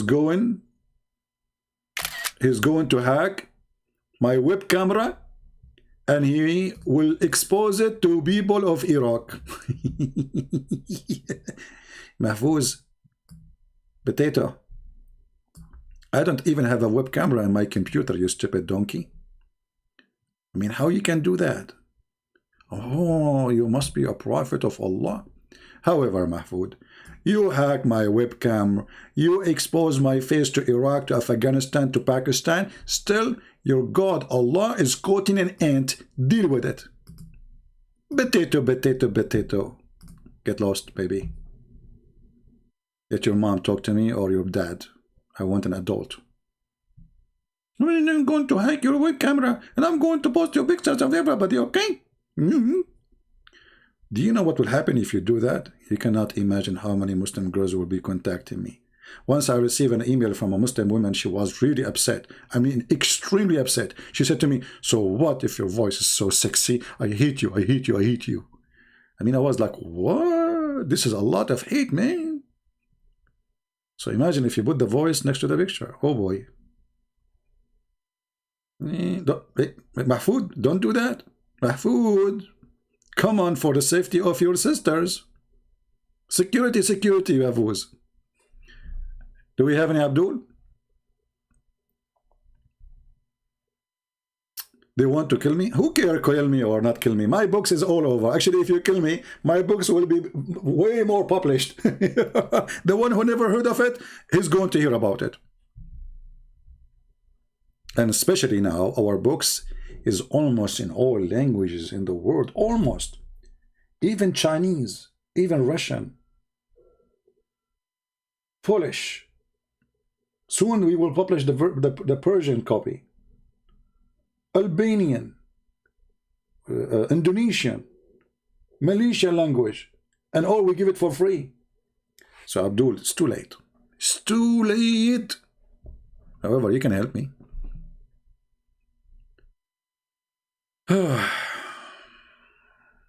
Do we have any Abdul?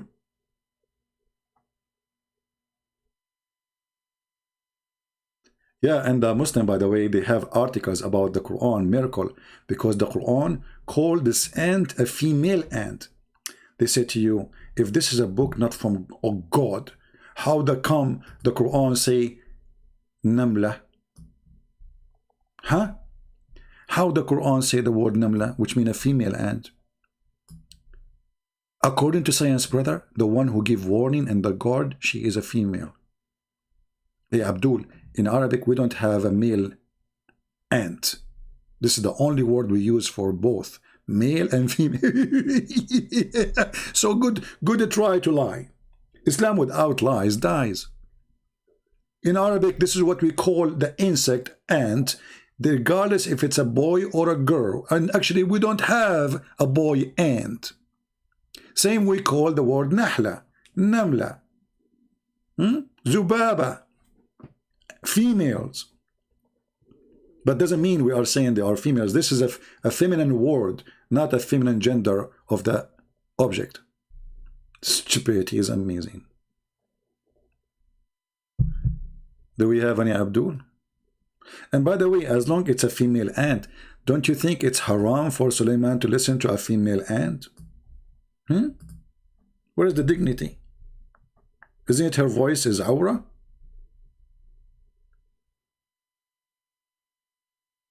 And then Suleiman, he heard the speech of the ant, but according to science, ants don't talk.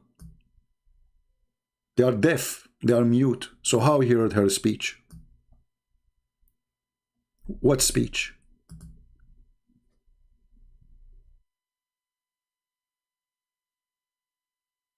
Yeah, this is one of the children of Abu Dhar, yeah. Oh, hold on. You know, the Muslim, they have other miracle in the fabrication of science. The Quran says the word dharra. The Muslim, they say, isn't it today they use the word dharra in Arabic to describe nuclear? That's deep. Brother, that's so deep. So they say the Quran saying that this is about autumn and nuke.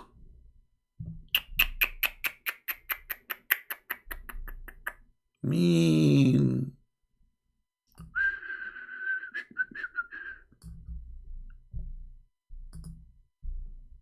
We found nukes in the Quran.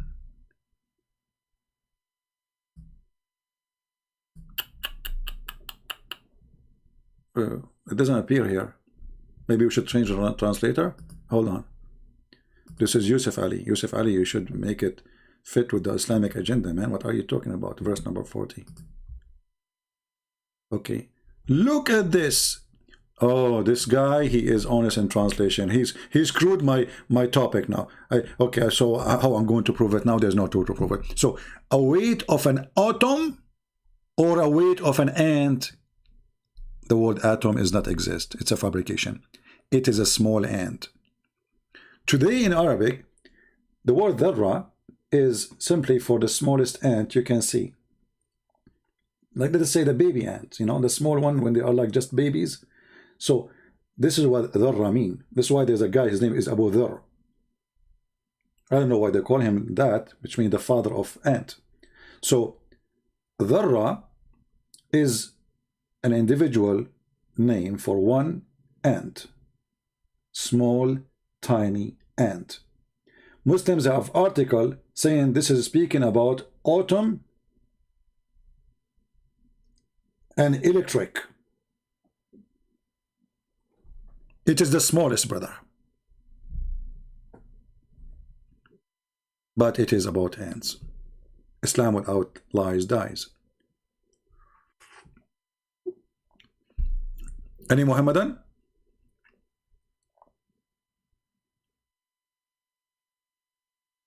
Anyone?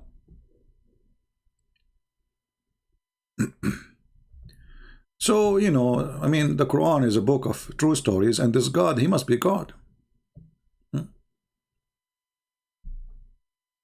Who is holding the sky from falling down on you? Allah. Who is holding the birds from falling down on us? Allah. Hey Muslims, why the birds are in the sky? Who is holding them?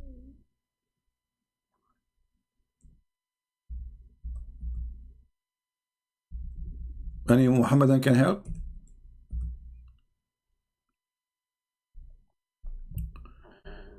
If you go here,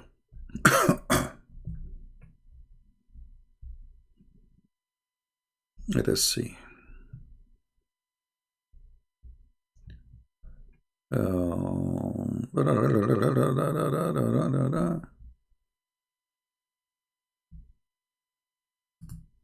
Look at this verse, how deep it is. Don't they observe the birds above them, spreading their wings and folding them in? None can uphold them except Allah. Like you just said, they are spreading their wings. How they are spreading their wings and they are folding them, and you claim that you are the one who is holding them from falling down on us? Any Muhammadan? Someone saying, can you Zakir Naik impression? First of all, I don't do Zakir Naik impression. It is true Zakir Naik. He is next to me. Christian Prince, tell that guy that I am not a fake guy. I am the real Christian Prince. Zakir Naik, you just said you are the real Christian Prince. You should say the opposite. You should say, I am the real Zakir Naik, and this guy next to me is Christian Prince. Exactly. So, Christian Prince, I am the true Zakir Naik, and I can prove it to you. Hey, Zakir Naik, how you can prove that? I'm going to open the camera, and I'm going to tell you my Billy Bomb. Hey, you Billy Bomb? Hey, don't go there, man. You open the camera. First, you have to buy one. I don't have one. Secondly, you have to show your face, not your Billy Bomb. Zakir Naik, don't do what the Prophet used to do. Christian Prince, we Muslims, we have special fingerprints, and it is in our belly bump. Like, what the heck? Your fingerprint is in your belly bump? How in the hell had that happened? Christian Prince, Allah said, Allah, I'm going to get you together. Like, what the heck? What does that mean? I have no idea what you just said. I give him I go. Like, what? I get to go. So you are telling me, come on, this is the true Zakir Naik. Imagine the Muslims, they make videos saying, brothers and sisters, the one who is calling Christian Prince, this is not the true Zakir Naik. And can you imagine how smart those who they are trying to get me busted? They are warning the Muslims. This is not the true Zakir Naik. The one who is calling him is not true Zakir Naik. He sounds like Zakir Naik, but he's not. Unbelievable. Hey Mahfoud, why you don't call me in Skype so you can hack my camera and at the same time talk to me? I will have an offer for you.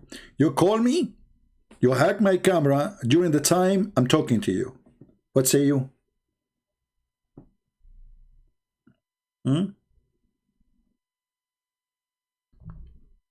What do you think? I mean, I cannot make it better than this.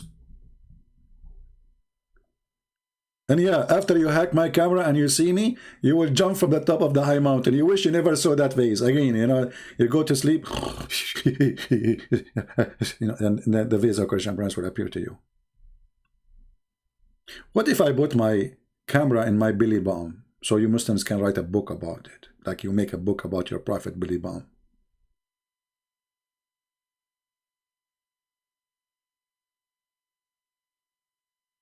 CP is the best of YouTubers. So this is my end now. I am a YouTuber. Is that a job? Is that a YouTuber? What does that mean? YouTuber. Like what the heck? He's the best of YouTuber. Is that a rank? Please take it back.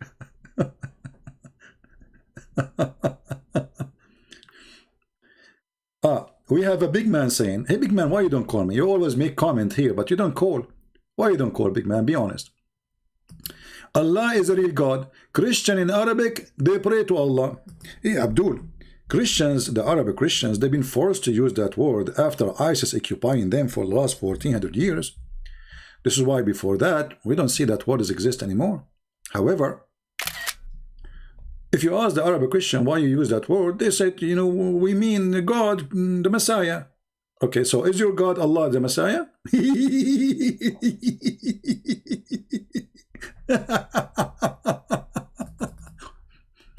No, we don't believe in Allah. And as you see, I'm making fun of Allah. So how we believe in Allah? I am an Arabic Christian. If you don't believe me, I can show you my belly bomb. I have a belly bomb like the Prophet belly bomb. Very complicated. Like there's one knot in the right, and then there's one knot and it'll go to the left. And there's one knot behind it. You have 12 knots. Because we drive the whole world nuts.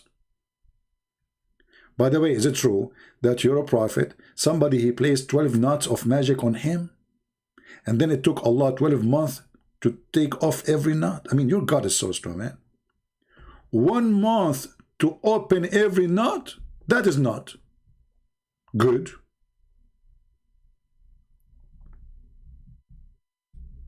Any Abdul?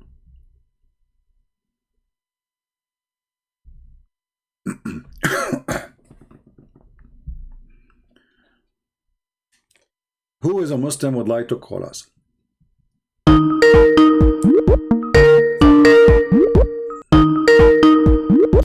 We have the gentleman, he called me before from Pakistan. Hello?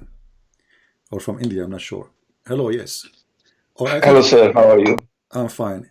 Are you from Iran or Pakistan, or where you are from, my friend? No, sir. I'm from Germany. Yeah, but originally, where are you from? From Germany. Originally.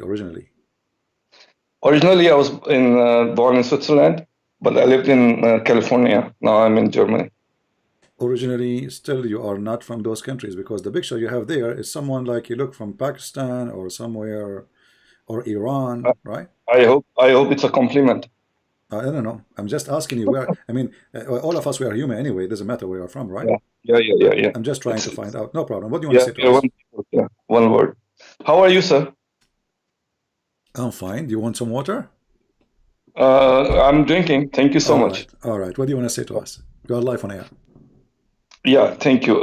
Just want to say that the good thing about Islam is that it teaches us to be a good person. How? To be people. Like what? To be honest, to be loving, to take care of people. Okay, let us stop with the first one, to be honest. Where it says how it teaches you to be honest. Isn't it your prophet, he says a Muslim, he can lie in 3 cases, to his family, to his friends, to his enemies? No, that's a hadith. I don't want to go into the hadith. Why not? This is Islam. This is your prophet word.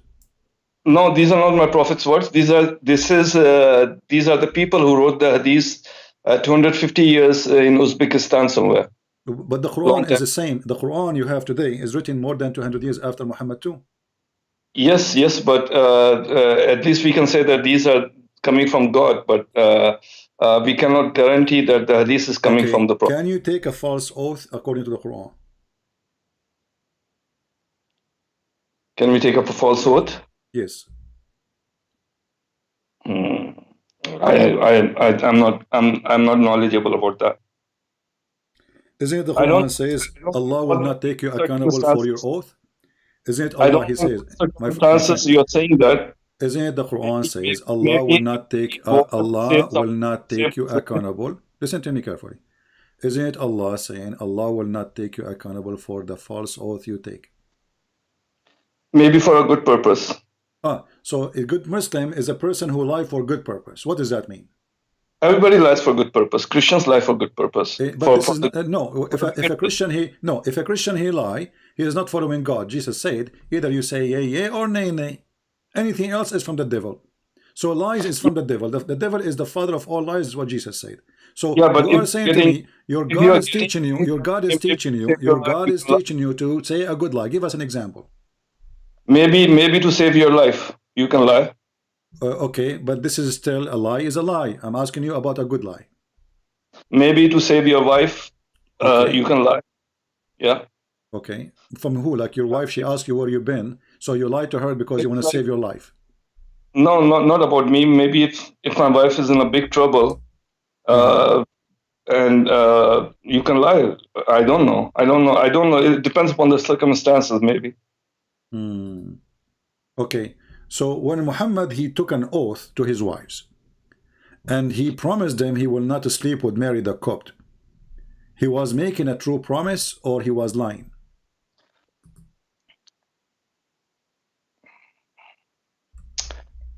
I don't know what you're referring to.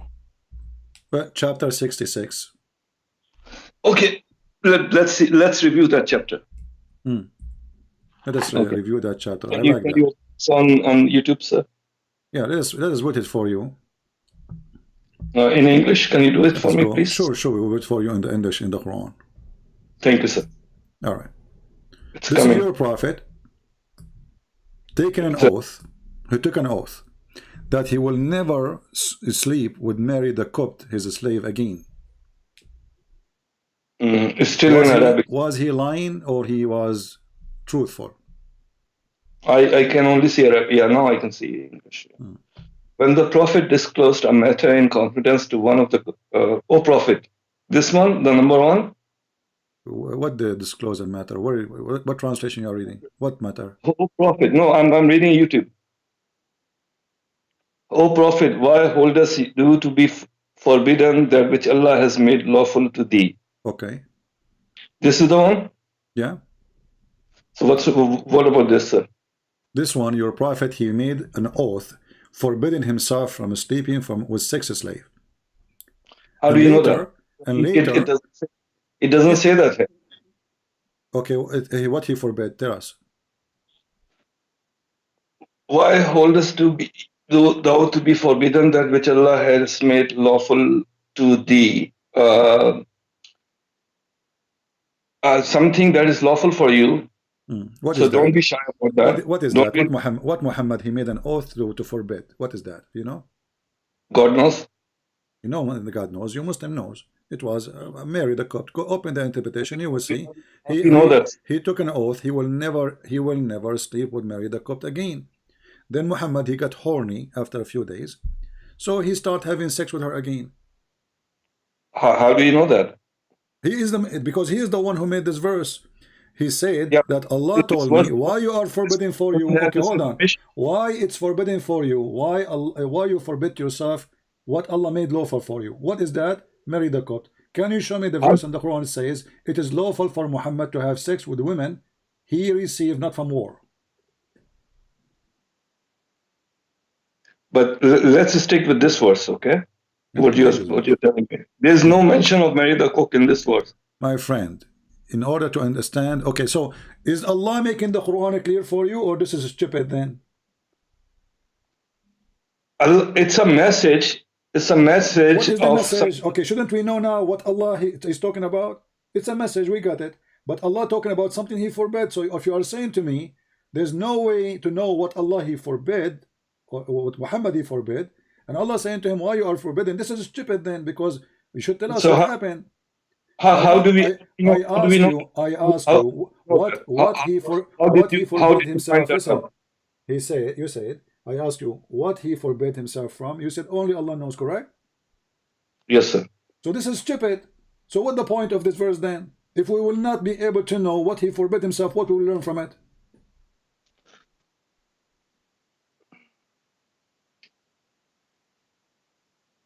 Maybe everything is not about learning. Maybe everything is about knowledge. Okay, what kind of knowledge? Okay, but after reading it, do we have more knowledge now? No, we are more confused, because now we are wondering what he forbid himself from, to the point his God telling him, why you forbid yourself from doing that? But if you read all of it, it says, but Allah is often forgiving, most merciful. So that's the knowledge. What most merciful? Here it says already, you know, I will let you free from your oath. So Muhammad, he took an oath. Muhammad, he take an oath. Allah says to him, it's okay, you can lie, you can take an oath. I'm not going to take you accountable. Read verse number 2. It doesn't say anything about oath here, does it? Read verse number 2. Verse number 2, okay. Allah has already ordained for you the dissolution of your oaths in some cases. And Allah is your protector, and He is full knowledge and wisdom. Okay, so did Muhammad take an oath? Did Muhammad take an oath and he was lying? Take an oath about what? It doesn't say that. Doesn't matter. He took an oath and now he break his oath. Allah saying to him, you can break it, you can lie. And the message is Allah is your protector, and He is full of knowledge and wisdom. Okay, that's the message. So Allah is a protector for the liar from Muhammad because he took false oath. This is what he is saying to him. It doesn't say falsehood.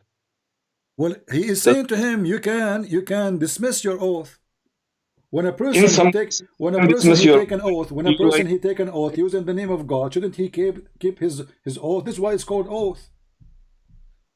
Like in certain circumstances where you have problems, Muhammad took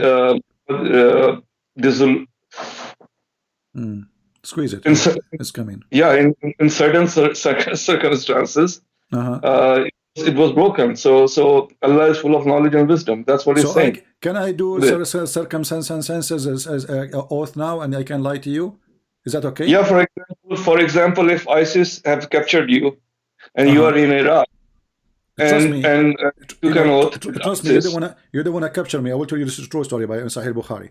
Once in Mafia, I never want to capture anyone. Yeah, I can't even this is a true story. It's a true story. One in Mafia, they captured me and they called my dad. They said, we want $3 million.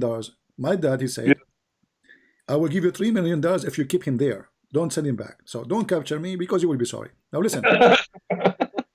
Allah already ordained for you, O men, the disillusions of your oath. But shouldn't Allah say the opposite? You should keep your oath?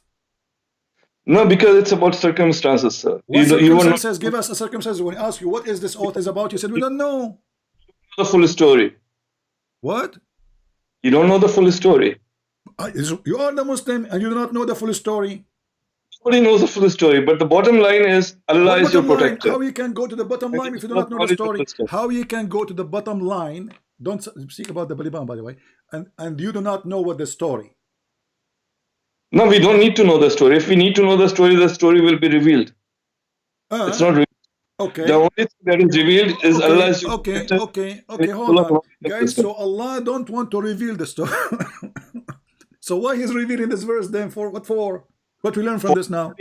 He's full of knowledge and wisdom. That's what he's telling us. What knowledge? That's why he revealed this. What knowledge? Is it knowledge that God, he says to you, you can use my name in vain and you can lie using my name, take an oath to people? No, it's not saying that you can use my name in vain. It says you can, you forget about your oath. Don't worry about it.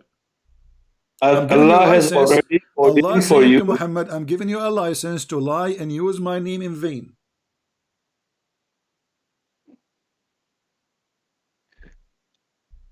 Again, you are assuming that you know the story. I'm not assuming. It is written in the books of tafsir. I'm not assuming. It's you who's assuming that there's no story. So fix what you are saying. It is you who's assuming. I am not assuming.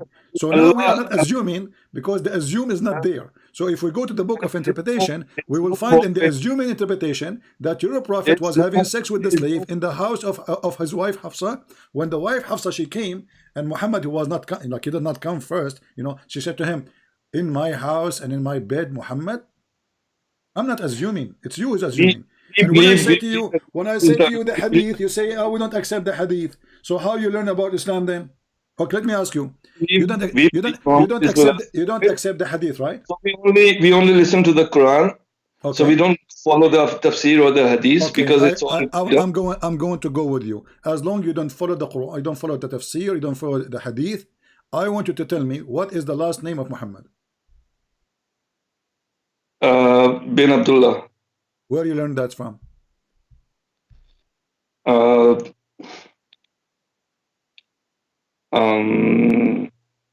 From the hadith. A second ago you said you don't believe in the hadith. Yeah, we don't follow the hadith, but there are certain things that we already know. How you know? How you know? It's in the hadith. And you are the one who said to me the hadith written 300 years after Muhammad. So maybe the name is false too. How you know? So here the hypocrisy, my friend. When you want, you have an answer from the hadith. When you want, you don't want the hadith. We don't even know that. You are right. You are right. We don't even know what's the last name. We know that Muhammad is a title. We don't even know the name. Exactly. So Muhammad is a title. Did we hear it, guys? Muhammad is a title. It's not a name. So what does the title mean? What Muhammad mean? The one to be praised, the praised one. So if Muhammad is the praised one, so who's Allah? Allah is the God of the moon. You are a Muslim? Yes, sir. Okay.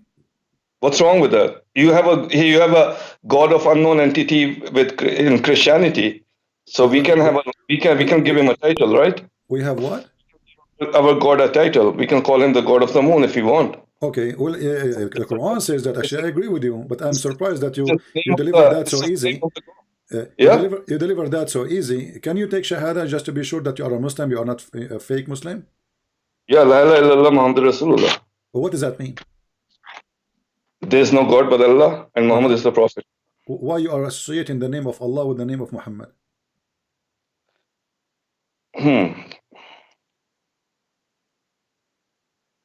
Because we are doing that to tell the people this is the religion. Because the religion.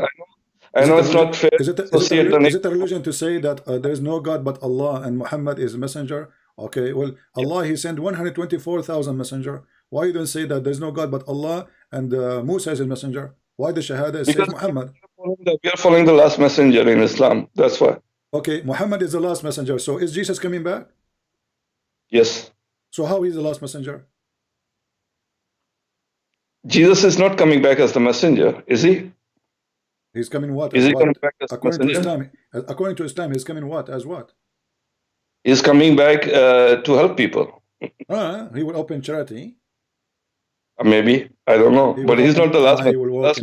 He will work in the Red Cross. I know it. In Islam, we know that the last messenger is Muhammad, not Jesus. Okay, how come Allah, he sent 124,000 messengers and suddenly he don't want to send more messengers? And remember, Allah is the moon god as we agreed. So why the moon god refrained from sending messengers no more? And where in the Quran it says Muhammad is the last messenger? Because this is the final book. There's no other book after this. Who says so? Which other book is there for Islam? I wrote books about Islam.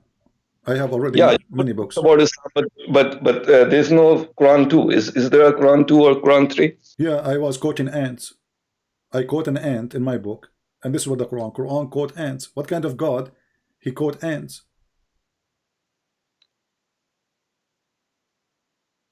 What's wrong with that? What's wrong? So how this Quran is the final message? Okay, how this Quran is a final message, and he is quoting for us an ant spoke before Muhammad by thousands of years. If this is the final message, maybe that particular ant was more intelligent than you and me. Oh, okay, I agree with you. She was a very smart ant. Actually, I noticed that the ants, they are very well organized and they go in circle too. So let us go there. When you said to me that that Allah is the moon god, why he is not the sun god? Why is not the sun god? Because we follow the lunar calendar, and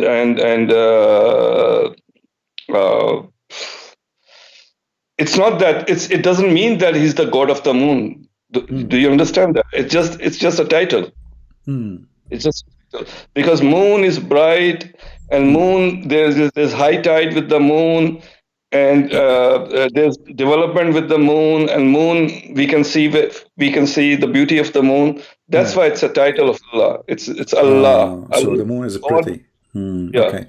So let me ask you then: when the people ask Muhammad about why the moon his look change, what is the answer of your God? Do you know? You're referring to hadith again. Yeah, Da'if hadith. No, I just told you, sir. Please. Well, in the Da'if hadith, it says that Allah, he made the moon for timing. You don't agree with that? No, I don't believe in any hadith because the hadiths are written several hundred years ago. Okay, let us fix it then. This is not in the hadith. This is in the. This is not in the hadith. This is in the Quran. Okay, show me, sir. Okay, but remember, a second ago you rejected because it's in the hadith. So the second we say the Quran, now we will accept it, right? And I'm following you. I'm following you. I'm not. No, you're not following me. You are fooling me, trying supposedly to fool me. I said to you, Allah, he says that Allah created the moon so people they can know the timing. I said to you, I said to you, this is in the hadith. You said I don't accept hadith, and now I'm saying to you, but this is in the Quran. Now what we will do? Do you accept it or not? I accept it. Show me. But how come you're not accepting the hadith then? No, show me the Quran. Okay, chapter 2, the chapter of the cow. I don't know if you're a Hindu. You used to be a Hindu before. Chapter of the Hindu. Chapter of the Hindu, verse 189. Yeah. Yeah. The Hindu chapter, verse 189. So what's wrong with this hadith? What's wrong with this verse? Because this is not the reason that the moon look changed. What does this have to do with the timing? The moon changed the look of it because of the timing?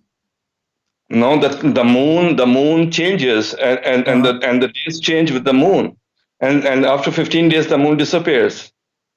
They are asking him. They are asking him concerning al-ahilla. You see, the moon translation says the new moons. Ahilla simply is the crescent moon. How the moon changed the size, because all what they see the shape of the moon is changing. So they are asking him why it's happened like this. Why the shape changed? So he come with the answer saying, oh, because this is how Allah he made timing.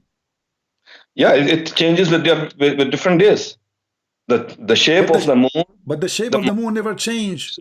The moon, the color of the moon changes. No, nothing changed in the moon. This is nothing changed in the moon. The moon never changed.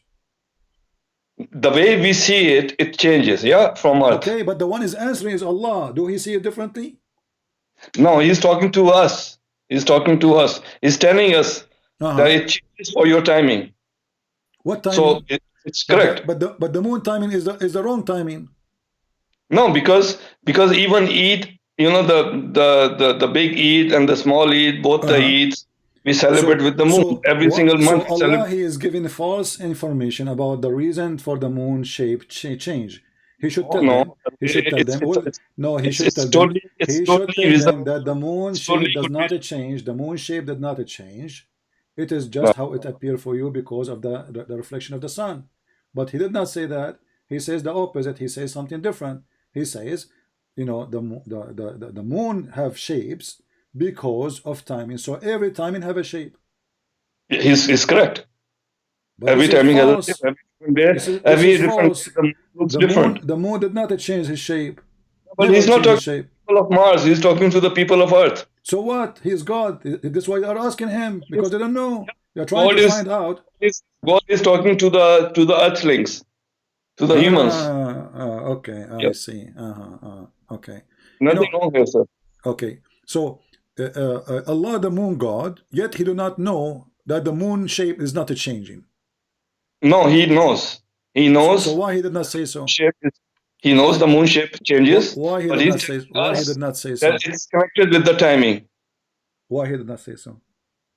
Why should he? Why he has to tell us that? Because they asked him. Because they asked him. No, they ask him about the timing. He's telling us about the timing. No, I did not ask him about timing. They asked him what is the moon shape concerning the moon shape of the moon. Does it say that they are asking? Do you see the word timing there? Ask thee concerning the new moons. Okay, the new moons. Okay, the new moons. If there's a new moon anyway, if there is a new moons, if there is a new moons. Yeah. Huh? The new moon appears after the disappearance of the previous moon. How many moons we have? We have one moon, but there's another. So why in the verse it says they are asking you about the new moons? There's another asteroid that we discovered like a few weeks ago that's circling the Earth, so that's another moon. No, they are asking him about the moon they see. They are asking him, don't go there about discover. This is about the time of Muhammad. This is the moon they see in the sky. And those Arab, they think that those are not one moon because they look different. So they are asking him about Al-Ahilla, new moons. So they believe that there are many moons. Moon and the new moon and means the new moons. Not a new moon, it's a new moons. The old moon that disappeared plus the new moon that appears, the crescent moon, means the new moons. You have to be. But here it doesn't say that. It says they are asking him about the new crescent moons. So they are crescent. There are many of them. Did he deny that there are many? Did he say they are one? He said no. He said they are many. He agreed with them, and he said this is because I made them this way for timing. So your God, he believed there's many moons, each one of them in different shape. He didn't say there are moons. It says in front of you. Does it say moons in front of you? Yeah, moons means the old moon that disappeared and the new moon that appeared. Okay, new moon will be new moon, not the new moons. Sir, it's all about grammar and all of that. You know, this is not about the grammar because the Quran is a language anyway. So if the grammar is wrong, your God is wrong. Don't tell me it's a grammar now. So if it's saying the new moons, if you are saying, oh, it's talking about the old moon, so the new moons are appearing now? New moons? Maybe it's not the moons, maybe it's the moon. Who knows? Now we go to maybe. So now we jump for maybe. How are you doing with maybe? Are you good with maybe? Are you good with maybe? Are you a specialist with maybe?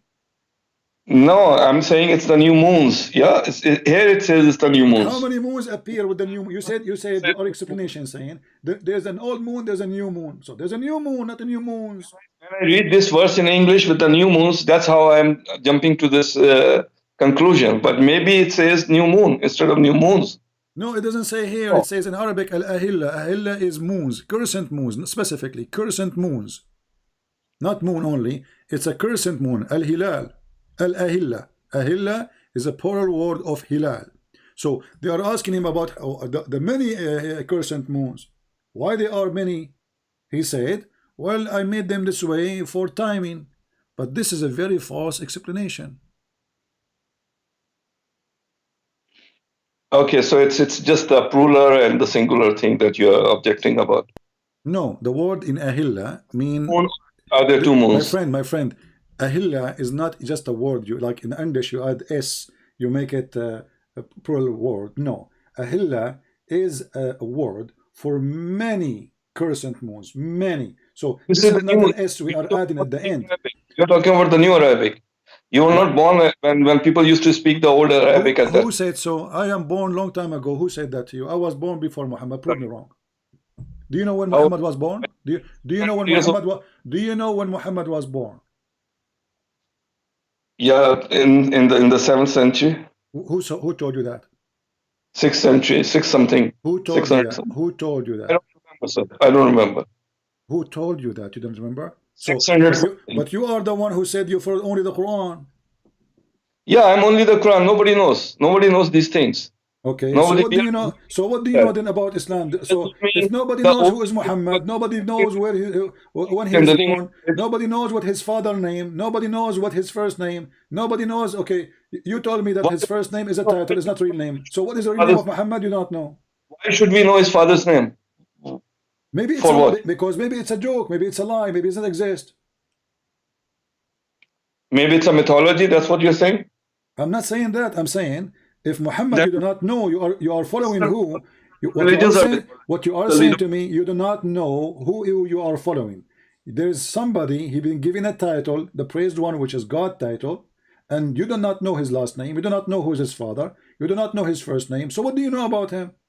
All we need to know is to be a good person. Is to be good people. Okay, wonderful. Okay, wonderful. Is it a good person? Is it a good person, the one who says you can beat your wife? No. So why the Quran says you can beat your wife? Okay, let's read that. Let's read that, and let's not jump to conclusions. We are not jumping to conclusion. Yeah. Does the Quran says that, or I'm making things up? I don't know how you're understanding that. It's about your understanding. My friend, you tell me your understanding. Does the Quran says you beat your wives? Yes or no? Can we go to that verse? Oh, go ahead. No problem. Here we go. Chapter 4, verse number 34.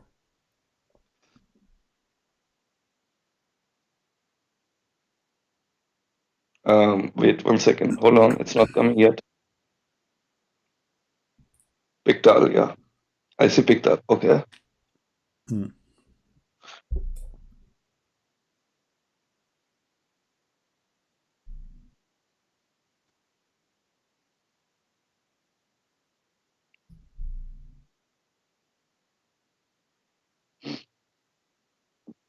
Can you read, please? Yeah, men are in charge of women. Okay. Because Allah has made the one of them to excel the other. And because they spend of their property. So good women. So is it a good to teach that the man he been given the authority just because he spent some money on a woman, why she is a whore? Okay, let's read more. So good women are the obedient, guarding in secret that which Allah has guarded.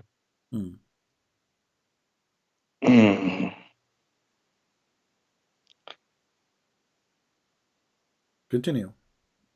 As for those from whom you fear rebellion, admonish them and banish them to pass apart and scourge them.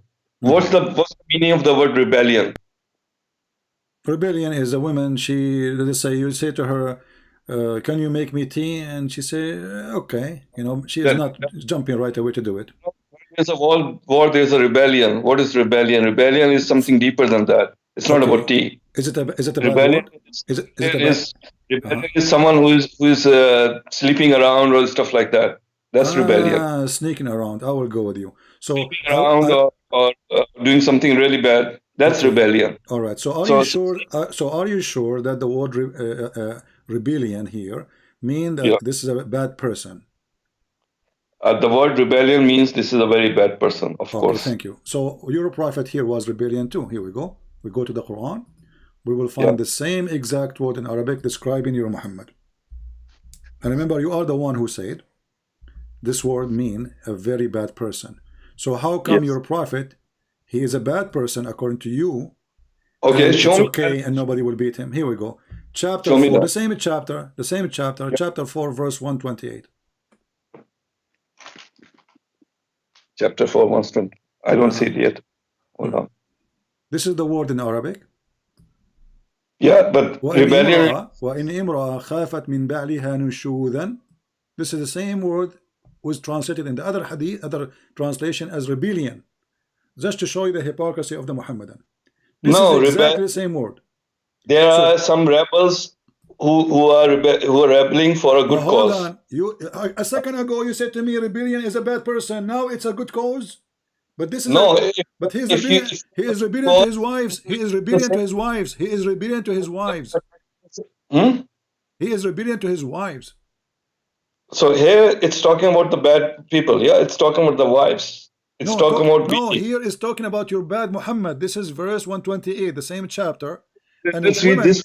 If a woman fears the cruelty of this distortion on her husband, part there is no sin of them if they make a term peace between them themselves. Okay, what is that story? Is about Sauda bint Dama. She was an old woman. She is a wife of Muhammad. Muhammad, he don't want to sleep with her no more. Muhammad will divorce her. Hold on. So now Muhammad became rebellion. He don't want to sleep with her. The woman, she have no fault. She is still his wife. Why do you want to sleep with her? Muhammad, he said that, okay, Aisha, she suggests to him, if you want, I can make a deal with her that the day you sleep with her, you give it to me, and you will not divorce her. The woman, she is old. She don't want to be homeless in the street. So she agreed to the terms and conditions. So how come when your prophet is rebellion, his wife, she cannot beat him, and you are the one who said rebellion means bad person, evil person? But when the woman, she is rebellion, according to you, we can beat her. I don't see the word rebellion here. Can you show me, please? I see it. It's because you don't speak Arabic. Here we go. Even here it says, if a woman fear cruelty of distortion from her husband, so he's cruel to her. Do you see it? Your prophet is being cruelty. Yeah. Is that rebellion? This is more ugly than this is the translation, my friend. Rebellion means what is the let us rebellion? Switch. Rebellion Let means us that switch you to the leave that same person. translator. Hold on. Let us see the same translator. Read with me carefully and laugh. Mr. Rebellion. Yes, it doesn't say rebellion, sir. Okay, hold on. Okay, all right. Let us see. Here we go. Read carefully. Yeah. If a woman, she fears ill treatment from her husband. Ill treatment. Do you support ill treatment? No. Okay, your prophet was doing ill treatment to his wives. Where does it say that? It's in front of you. Yes. Ill treatment from her husband, or it is no sin for them to end if they make terms of peace between themselves. Yeah, if they reconcile, then it's okay. Okay, how come if the woman, she have ill treatment, you call her rebellion, and when the husband, he is having ill treatment, you call him, it's okay?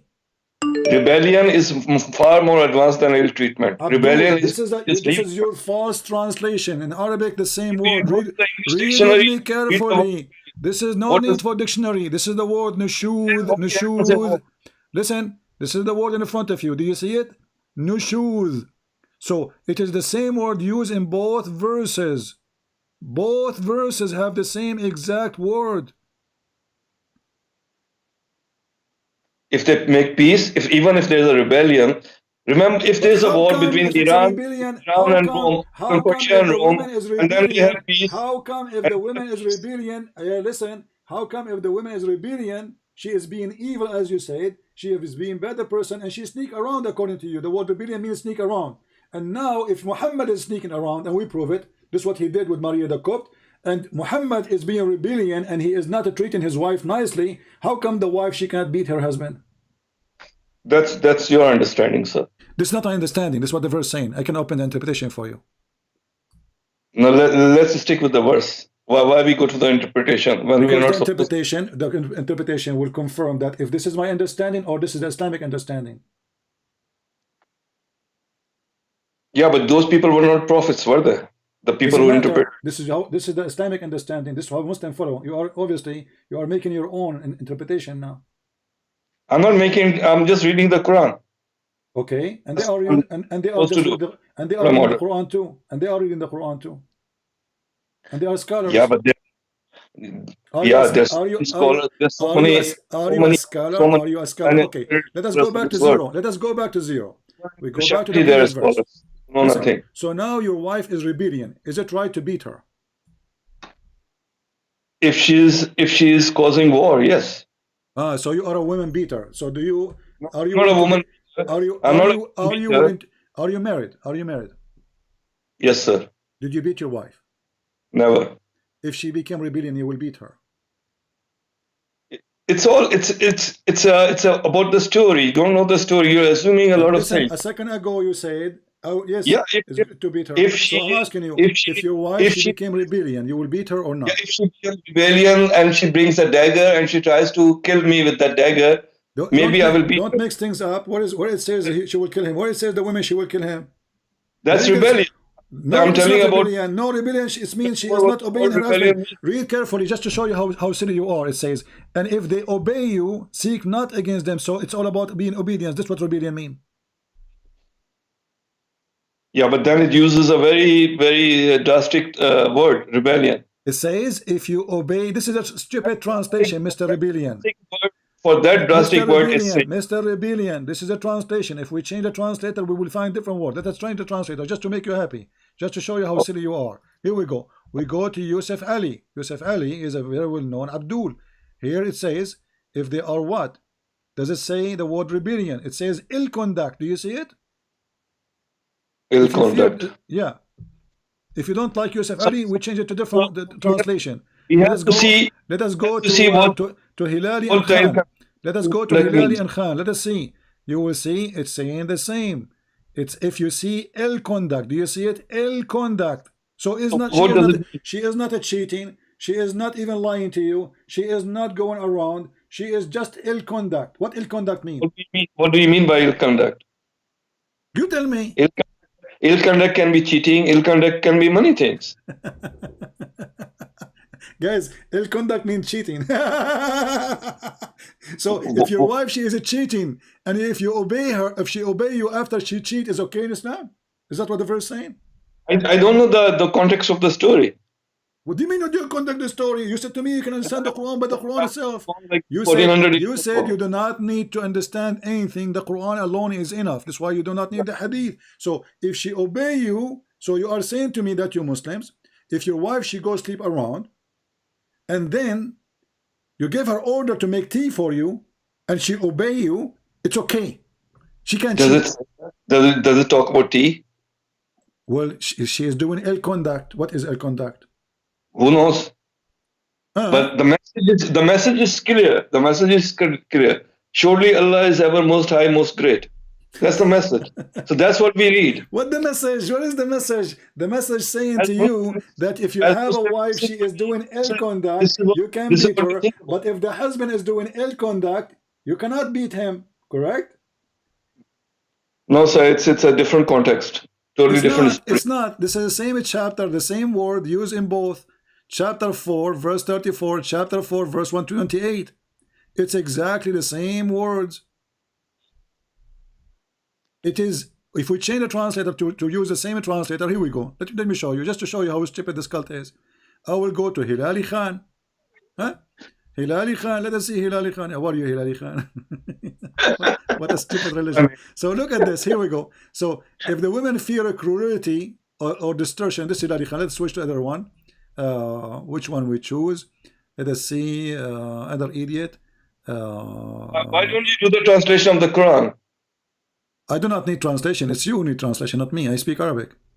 No, if you think these are all wrong translations, maybe you should do the translation also. Well, can you read in Arabic? Okay, let us read in Arabic then. What do you want? For us people who don't know the it's not my fault. It's not my fault. You are a Muslim who pray to Allah in Arabic, but you don't know Arabic. Who is the stupid here? Aren't you a person who pray to Allah 5 times in Arabic? Yeah. Okay. So how come you do not know Arabic? We just It's coming. we just don't need to know what it's saying. What do you mean to know? If you do not know what you are saying, you just said you do not know Arabic. So how you pray in Arabic, but you do not know what you are saying? Don't know what it's saying, but we get the message. How you can get the message if the message have to be in Arabic? Allah knows what it's saying. We don't need to know what's saying. We just got the. Okay, so how you can follow the message if you do not know what it's saying? The message is to be a good person. That's the message. What the heck? Where you heard that? If you do not know how to read the message, how you can know this is the to be a good person? Okay, let's go with good person. Let's go with a good person. Okay. Yes. Is it a good person? Is it a good person that there is a guy? He say I'm a prophet, and if there is a females they like to have sex with me, they can come to my door. Is that okay? Maybe there's something hidden there. What is hidden? The penis is hidden. The penis is not shown yet. What is hidden? When a person he says I am a prophet. When a prophet he says I am a prophet of Allah, and Allah told me any Muslim women she like to do boom boom with me, my doors is always open. What is maybe hidden? it's something? Maybe it's something deeper than that. What is that deeper? For sure it's deep. It's going to put it somewhere. Tell us about the deeper. It's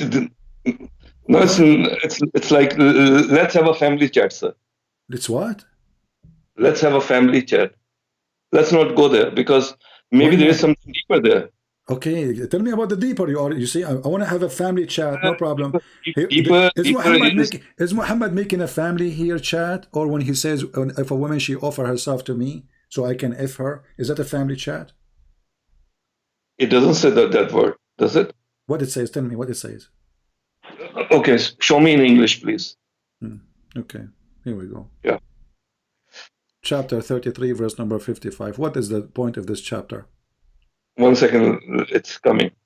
Yeah, I will let you read the verses. Read it loud, please. I will go to the door because I will have something to be delivered. Okay? I will give you just for a minute. I will be hearing you. Go ahead. Keep reading. Thank you. 1 minute. It's coming.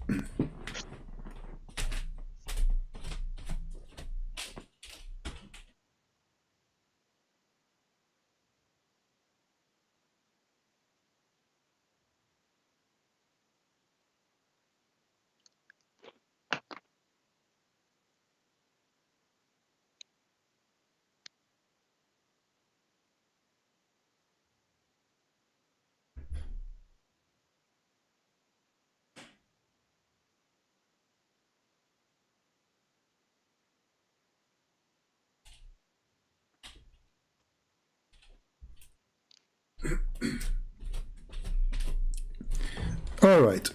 Yes, so I read it. The conclusion now you received from this verse. The deeper meaning might be the message of God. What? This is the message of God? Yeah, message of God. Okay, the message of God, you can have sex with this and this and this and this and this and this and this. Okay, I want you to start reading from the beginning. It says here, we have made lawful for you your wives. Don't you think this message is too late? Already they are wives. Okay, good. Lawful for you your wives. What do you mean good? What do you mean good? What do you mean good? The guys already have 13 wives at least. And now you are telling him, we made lawful for you your wives?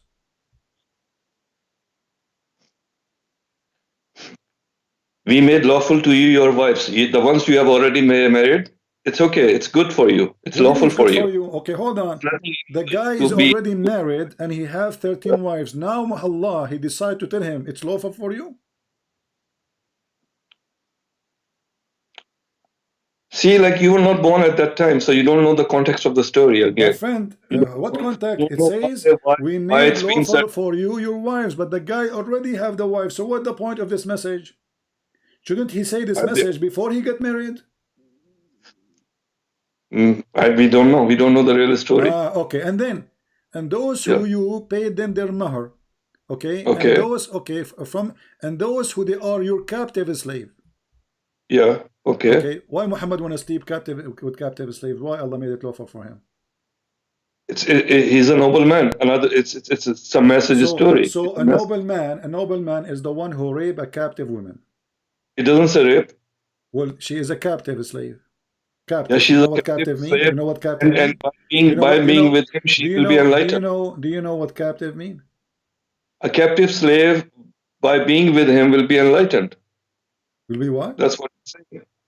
Will be enlightened. Enlightened. So so now if somebody capture your wife, if somebody capture your wife, my friend, I'm not trying to insult, but if somebody capture your wife and he sleep with her, this is good for her. I'm not Muhammad. I'm not Muhammad. So Muhammad, because his penis is special, he can rape women, and that is an honor for him. It's all about enlightenment. It's like enlightenment. A okay.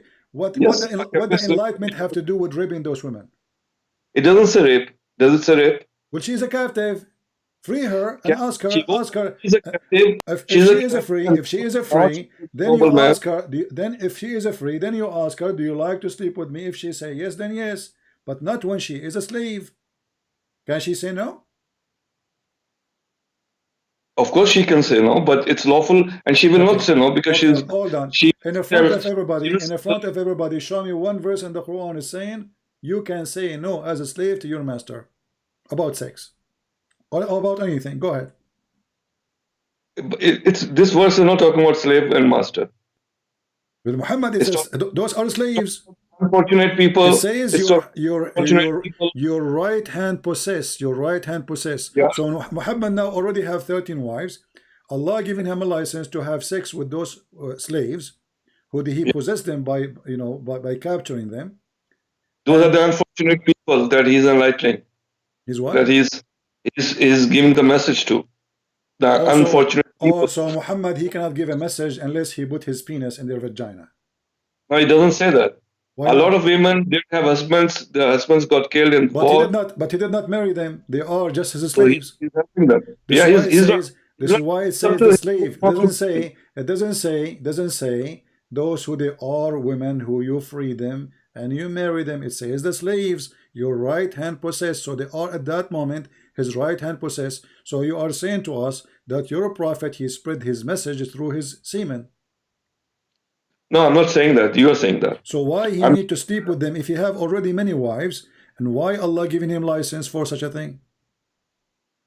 Maybe it's not even about sleeping. It's about who knows? What do you mean who knows? It says it's made lawful for you, your wives. It's not about sleeping. It's made lawful to you, your wives, to whom you have paid their meher. Okay. What the word yastankiha mean? Yastankih. To have sex, yeah. Thank you. So why you are saying about sleeping? So whom you right hand possess, you can sleep with them. You can. But you just said maybe it's not about sleeping. So the word yastankih means sleeping. That's what the verse saying. Okay. And then we continue. And then we continue. Remember, it's you who said to have sex, right? The word yastankiha mean to have sex, correct? Okay. Yeah. Okay. Here it says, and any women, a believing woman, she offer herself to the prophet to have sex, to do nikah. And any believing woman, she offer herself to the prophet. Okay, I ask you what the word yastankih mean. You said to have sex with her, to F her. Okay, why a believing woman? Why Allah he made a privilege only for Muhammad, that any believing woman, she can come at his door and knock at the door, and she say to him, if I want. Because he's the only prophet. There are no other prophets. So because he is a prophet, he can if all Muslim women. No, because he's a prophet, he can. There's a lot of wisdom there. There's a lot of things. There's a lot of wisdom. There's a lot of story. There's a lot of good things that are. Now, because if he is a prophet, Allah given him a privilege for him alone to F all Muslim women. Why?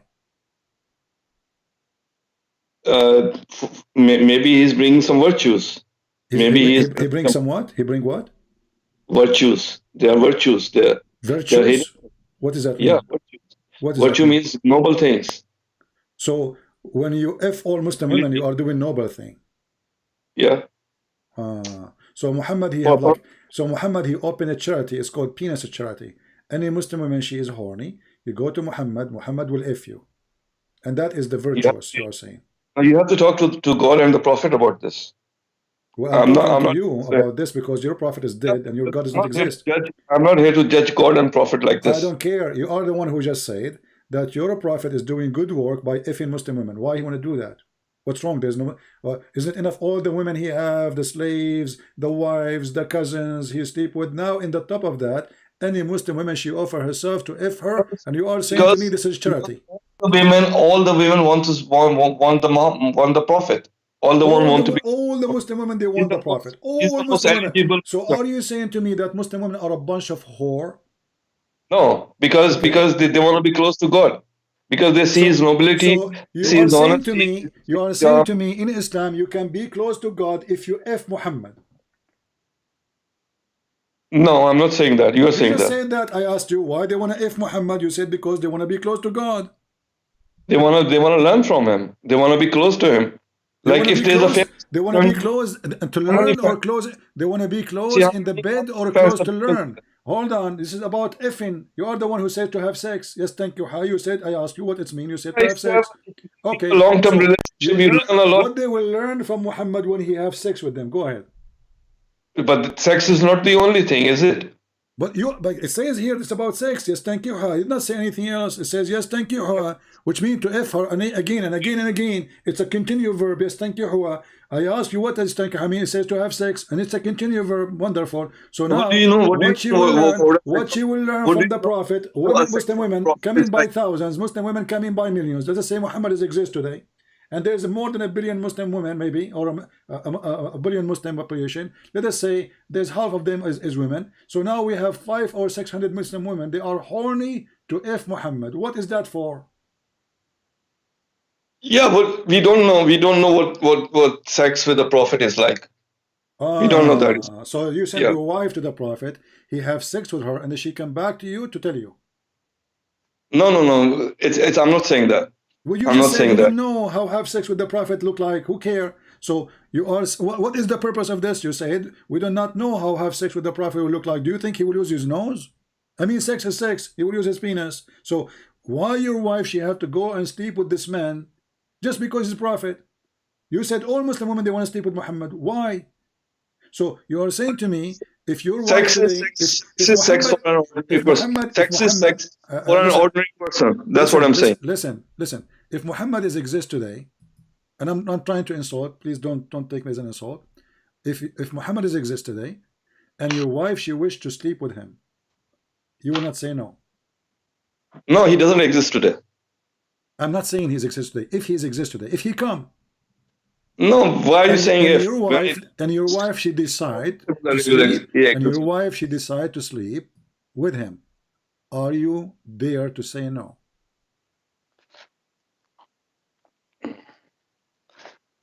Which husband said yes? Who was the husband at Muhammad's time who said yes? Any believing women, and you are the one who said to me, all Muslim women they like that. So if your wife she like to sleep with the Prophet, according to Islamic books, it says if the Prophet his eyes fall into a woman, her husband must divorce her immediately, so the Prophet he can F her. That's not in the Quran. I don't care. This is the understanding of Islam. And you agree. You just told me all Muslim women at that time they want to sleep with the Prophet, correct? Yeah, like women are like that. Don't you know that? Women, so Muslim women when they see so Muslim women at that time, according to you, when they saw Muhammad, all of them they want to F him, and nobody want to. So all of them they will cheat their husbands. No, it's the nobility of the man. He's God's man. He's God's man. He's not an ordinary person. Okay. It's not an ordinary sex. The God man in Islam is the guy who sharp his penis. He want to F every woman believing in him. This is the God man in Islam. No, you're reading this out of context. He's a very said that to me. I'm asking you why all Muslim women they want to sleep with Muhammad. You said because he's a God man. So you are saying to me that God man in Islam have a definition. Because he's a God man, all believers who follow this God man, they want to F this God man. Yeah, because it's very attractive to be close to the God man. So by Fing Muhammad, you became closer to God. Maybe. Who knows? Only God knows. So only God knows. So let me ask you then. If your wife she go and sleep with Muhammad, that will make her close to God, and then you sleep with your wife, that will make you close to Muhammad, correct? But it doesn't say married believing woman. It doesn't say married believing woman. It says believing women. It doesn't say married believing women. Yeah, it's open license for everybody. Yeah, but it says believing women. It doesn't say married believing women. Does it say single women? No. Yeah, but it's you are assuming that it says No, I'm married not women. assuming. I'm not assuming. This is why I said to you in your Islamic explanation says, if the prophet his eyes fell into a woman, let me say if something you're to a you. prophet, his eyes fall into a woman, her husband must divorce her, so the prophet he can f her. And Let me say something. I can show you the reference right now. You're reading the religion with logic. There's no religion in the world based on logic. Okay, that's the so problem. you are saying to me this. So what is the logic behind that? If you sleep with Muhammad, you will become closer to God. Okay, nothing to do with logic. Okay, no logic, no logic. So why you are saying to me then the reason that women they want to sleep with him because they want to be close to God? If there's no logic, we don't know. We don't know what the story is about. We were not there at that time. We didn't see it. But you are telling me now that the women they want to sleep with Muhammad because they want to be closer to God. Most women, I would say, are attracted to famous and big people, right? Rich people, famous people, big people. Okay, so Muhammad. Okay, so Muhammad is Muhammad get talent, and now Muhammad because he get talent, all Muslim women they want to have sex with him. This is what you are saying. All believing women might wanna jump to him. Yeah, so some of them might. Okay. So well, what's, I don't know. yeah. Is your wife next to you? Is your wife next to you? Do she feel like she want to jump on Muhammad? No, she's married to me. It doesn't say married believing women. Does it say that? No, it That's says what that. It says a woman, which means women married and single. They are welcome. It doesn't say this. Why it doesn't say single women? Why your prophet did not say single women then? So why he didn't say married women then? Because all of them both are welcome. Because both of them are welcome. We assume because hold on. of Now, that they must be single. Okay, now women they offer themselves to your prophet to if them. Then your prophet he made this verse. Because all the women are coming to his door, so that's the verse. That's how the verse came. Okay, let them come in. That's okay. They were coming in droves. They just wanted to be close to the prophet. Everybody wants to be close to the prophet. So that's how the verse came. Okay, let them come in. Yeah, well, that's very nice of Allah. So it's not Muhammad who made this verse. It's Allah who made this verse, right? It's Allah, because Allah knows everything. Allah is looking at it. So Allah, He is encouraging group sex. No, Allah, He doesn't say that. Again, it doesn't say that. All of them they are welcome. You are the one who just said all of them they are welcome. Yes. Yeah, you're welcome. Come on over. Yeah. Okay, coming over. It doesn't say group sex. It says a group sex because it says all of them they are welcome. All of them they are welcome. Maybe for a prophet that's okay as well. Who knows? Okay. What Allah has in his if how many you think every day Muhammad? How many women they will knock at his door to f him every day? Maybe 1 million. Maybe so what's wrong? So how Muhammad will have sex with them without being having He's not sex? a normal person. He's not an ordinary man. He's not what? He's not an ordinary man. So he can f 1 million women in one day? Maybe. Who knows what he can do? Yeah. What his power is. You know what? I can do 999,000 million. 1 million is too much for me, to be honest with you. This is too much, really. I don't think I can. I don't think I can have that number. Because if you talk to me about Christianity, then it's even worse. Much more worse. Like what? And if you go with the logic, it's even so terrible that I can't even tell you. But we don't follow any religion. We don't follow any religion with logic. That's deep. Okay, let me ask you. So Muhammad, after I make Muhammad, after he made all those verses, after Muhammad he made all those verses about effing, was he able to F anyone? Oh God, you're still there. I'm still there. Are you? I'm here. You are. Yeah. Okay. Ask me. After all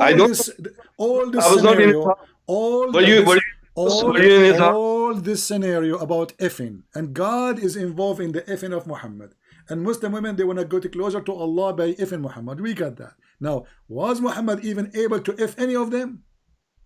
Who knows? Prove it. I don't know. You don't know. Okay. Isn't it the Quran says that Muhammad he was not the father of any of your men? Which verse is that? Let's go to that verse. You have to win the debate, sir.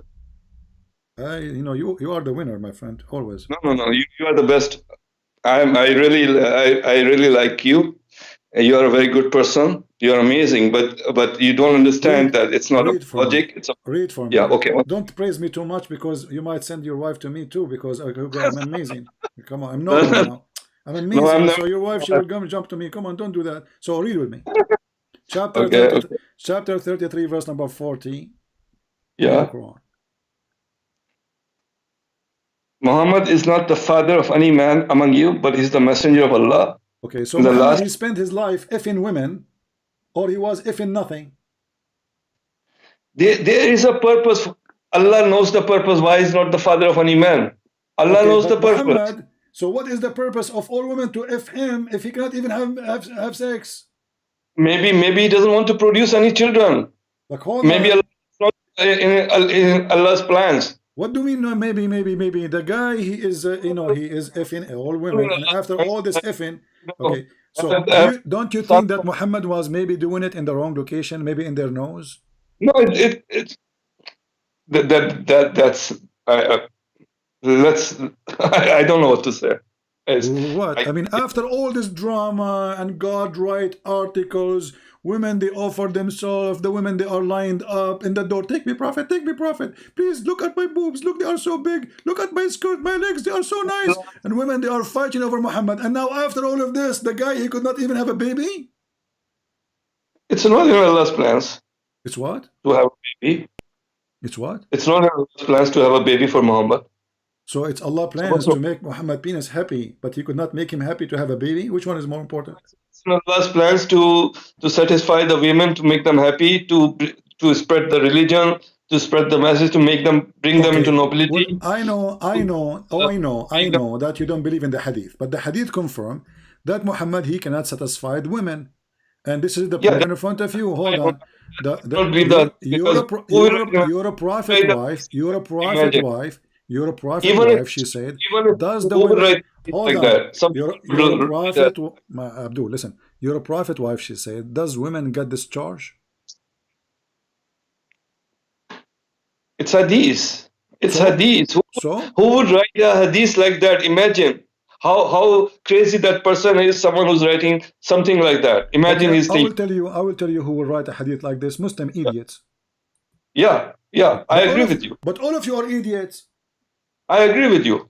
Okay, so now what is my problem? Your wife a prophet, she said that. Your wife prophet, she said, how in the world a woman gets a discharge? That means Muhammad, he was never able to make her come.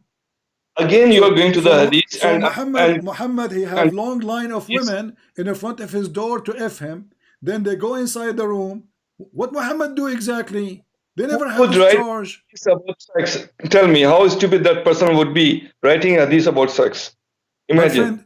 My friend, he is a stupid or the one who made the Quran, because the Quran is about sex too. We just showed you a verse about women lining up to F Muhammad, and you did not see that as stupid. So how come this one is a stupid and the Quran is not? That's about message. What message? It says to F her. I ask you what the word is. I ask you what the word is. Thank you, Hameen. It says to have sex. So now this is message. Yeah, maybe there is, maybe just a touch can deliver a message. Who knows? Okay, listen. Yeah. When Muhammad wife, she's saying, how in the world women get discharged? Don't you think there's a mystery is exposed here that Muhammad, he is in this ability to do boom boom? No, after 300 years, who would know? Okay, let us book the dot together. Muhammad could not have sons. The Quran confirmed that. Muhammad, he didn't have sons. The Quran confirmed that. Correct? Listen, the Quran confirmed that he don't have sons. Do you agree? Yes. Okay. And now we look in the hadith that confirm the Quran that Muhammad, he cannot do it. Because they are reading the Quran and they are coming up with their hadith. They make it up by reading the Quran. It's not confirmation. Okay, let me ask you, how many times you pray a day? I know it's 3 in the Quran and 5 in the Hadith. Okay, why you pray 5 times then? I don't know. It's a custom. It's a tradition. It's a cultural thing. It's followed that way because of the custom, because of the tradition. So you Muslim, you don't follow the Hadith. I'm not denying it that Muslims do follow the Hadith. But hadith you don't know which ones are fake and which ones are good, because they are about sex, they are about terrible things, they are about stupidity. So let's leave all of them, because if you one mentioned to me the word stupidity, let us go with the word stupidity. Is Allah is smart or stupid? Allah is the God, Allah is smart, of course. All right. Where we can find the location of the sunset? The location of the sunset? Yeah. Okay, we can find it everywhere. Okay, so why Allah says that there's a messenger of his, he went and he found where the sun, the place where the sun set. Zulqarnain, you're talking about Zulqarnain. Yeah, what's Zulqarnain mean? Do you know? Alexander the Great, the man with the two horns. Okay, the man with the two horns. Have you ever heard of a guy, his name, the man with two horns? No, because the Romans had these helmets. So the Arabs. How we know first that he's a man? How we know that he's a man? I don't know. So why you are saying the man? So why you are saying the man? Because the Arabs used to say of the Romans, that's how because they used to have helmets with the two horns. But you said that you follow only the Quran. Yeah. Okay. I'm talking about history, you know. Right. I'm not talking about hadith. History. Yeah. Okay. So now it says this guy, they asked Muhammad about Zulqarnain. Yes. Allah told him, I will tell you something about his account, which means his story. Surely we establish him in the land, and we grant him the means of an access for everything. So Allah gave him those things, right? Right. Okay. And then he followed a course, which means a way, a direction, until when he reached the place where the sun set. Where is that? Everywhere. So what the Quran is saying? Because he was traveling during the day. What? He was traveling during the day. But no, this guy describing his lifetime story about a victory. Yeah, so he went to the direction, my friend. No, because it doesn't say until the sunset. It says until he reached where the sun set. Yeah, until he reached where the sun set. He was traveling during the day, and in the evening he reached the place. Does it say here the place? Does it say the word place? Yeah, he reached the place where the sun was setting. So that place at that time was in the evening. It doesn't say that. It doesn't say that. It says until he reached the place where the sun set. It's not really setting yet. He reached the place where the sun set. Correct? At that place, the time was the evening time. But it doesn't say it was evening. It doesn't say it was morning. It says until he reached the place where the sun set. That we understand that the sun doesn't set anywhere.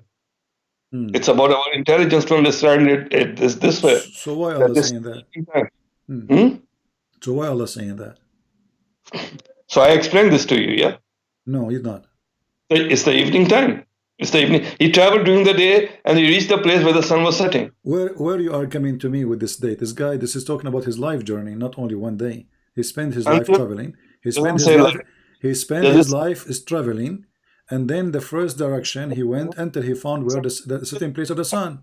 Reached the place until when he reached the place where the sun is setting. So based on your story, Alexander the Great, he have 2 days travel and he's done. No, then maybe he traveled again. Well, what do you mean? Here we go, because here in the Quran it says until he reached the sun sitting place, and then he continued, and then he changed the direction, and then until he found the sitting place of the rising sun. Yeah, so if this is speak about the journey of Alexander the Great, that's mean journey of Alexander the Great. It was 24 hours, the rising of the sun and the sunset. That's it. Yes, of course. This is the story of Alexander the Great. He was only traveling for 1 day. No, then he traveled the next day also. But it's a story about 1 day until he reached the rising place. Okay. It says here that he found the sun setting in a dirty, muddy, boiling water, spring of water. Yes, that's a reflection. If you look at the water, you can see the sunset. Okay. See, if you're near the beach, you will see the sun going down the ocean. Okay. Yeah. Can you see the word beach there? Does it say the word beach in the Quran? No, but that's our intelligence to assume that. Yeah, it's near the ocean. It's near the water. Okay, I will go with you. You said the word ocean. You said the word ocean. Does it say Maybe- anywhere? maybe- Does it say? Does it say? Does it say anywhere in the Quran in Arabic the word ocean? Maybe it was a pond. I'm sorry. It was I'm what? sorry. I made a mistake. It was a pond. It was a pond of water. Okay.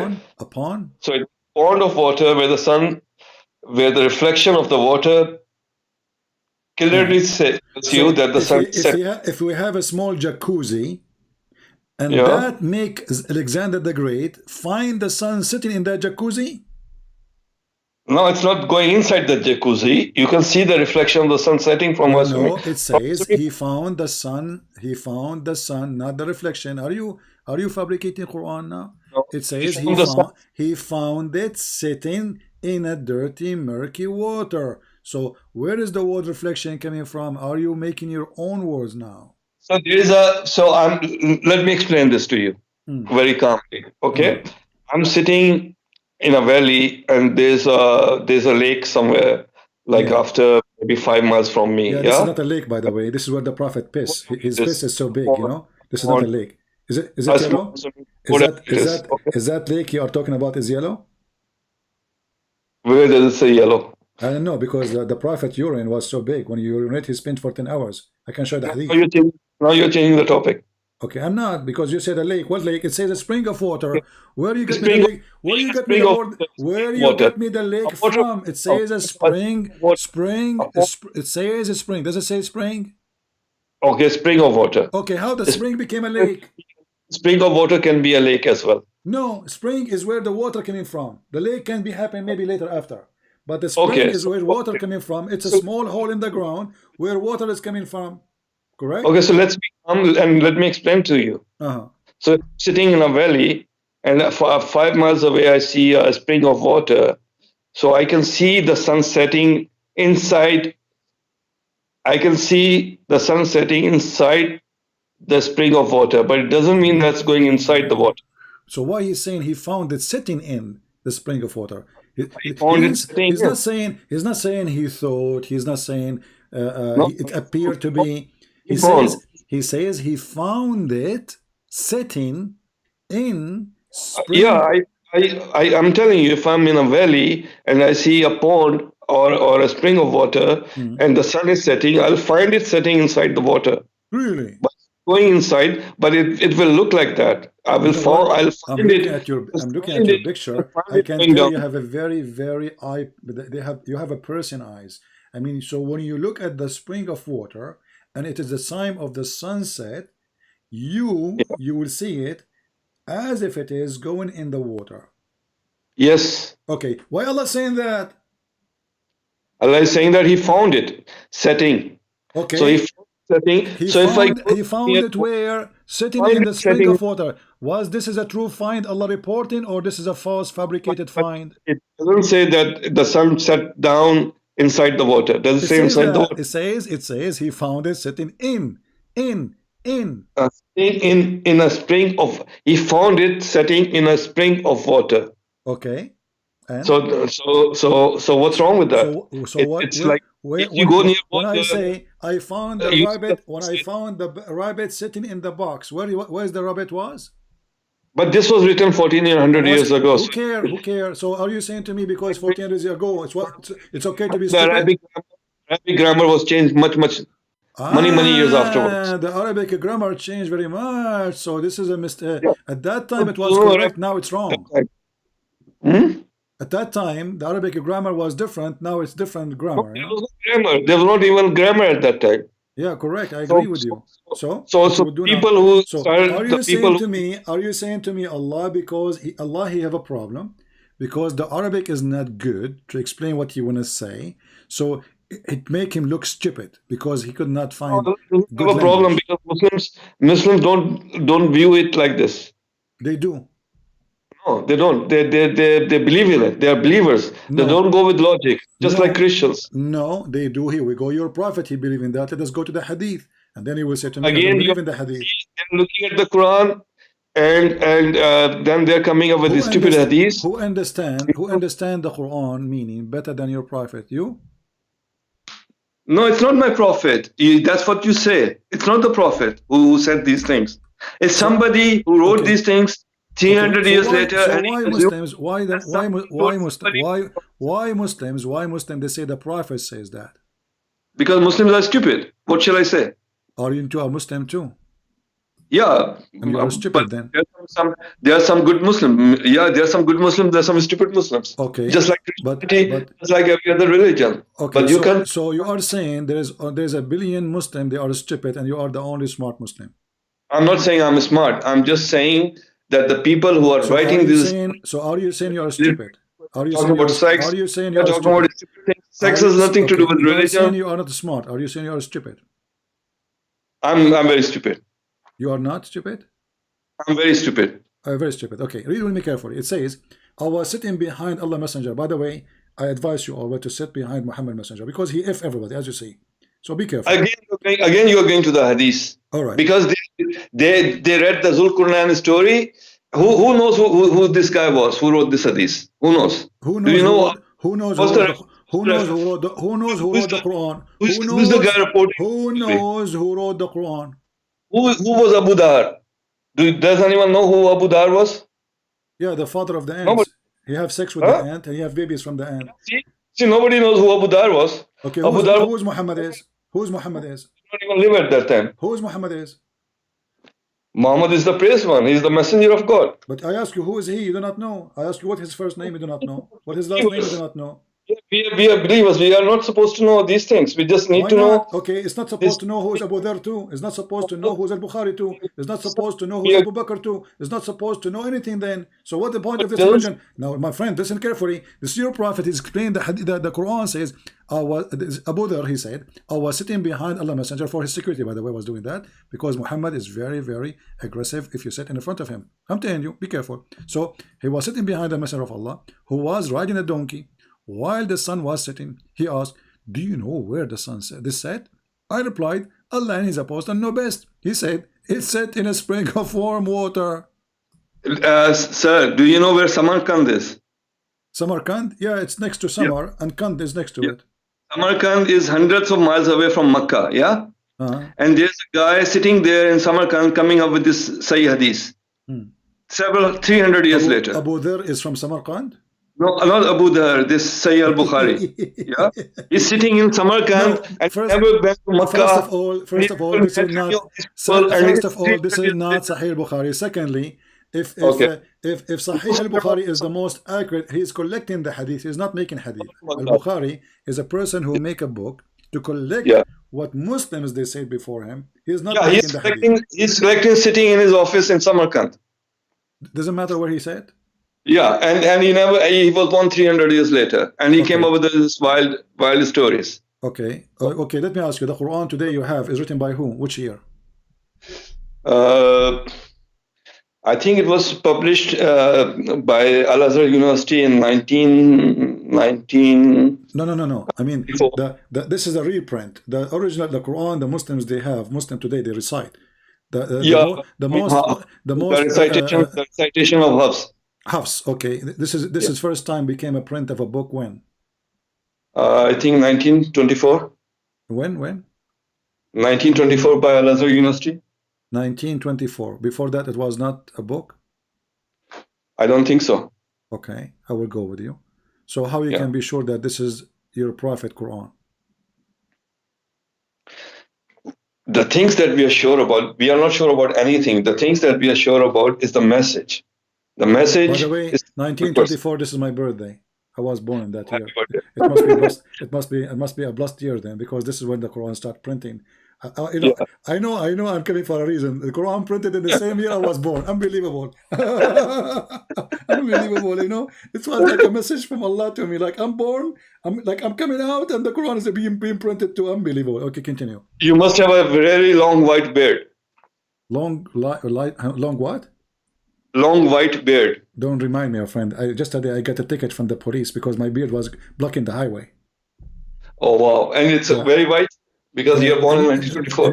No, actually, because I color my beard like your prophet. I put onion and henna.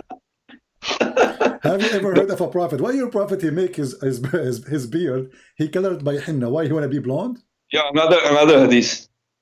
So what?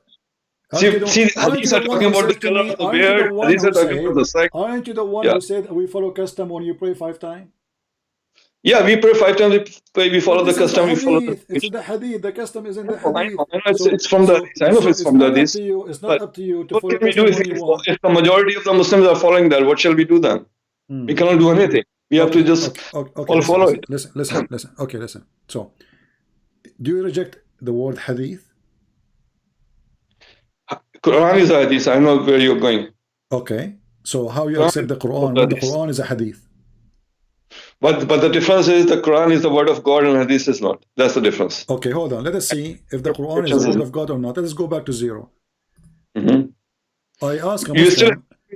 You still have not won. I think this is your first time that you still have not won the debate in such a long time. This is your first time, I think. No, my friend, we are losing with you for sure. Because I'm honestly very stupid. You are the winner. Okay. No, listen. I wanna ask you here about this verse.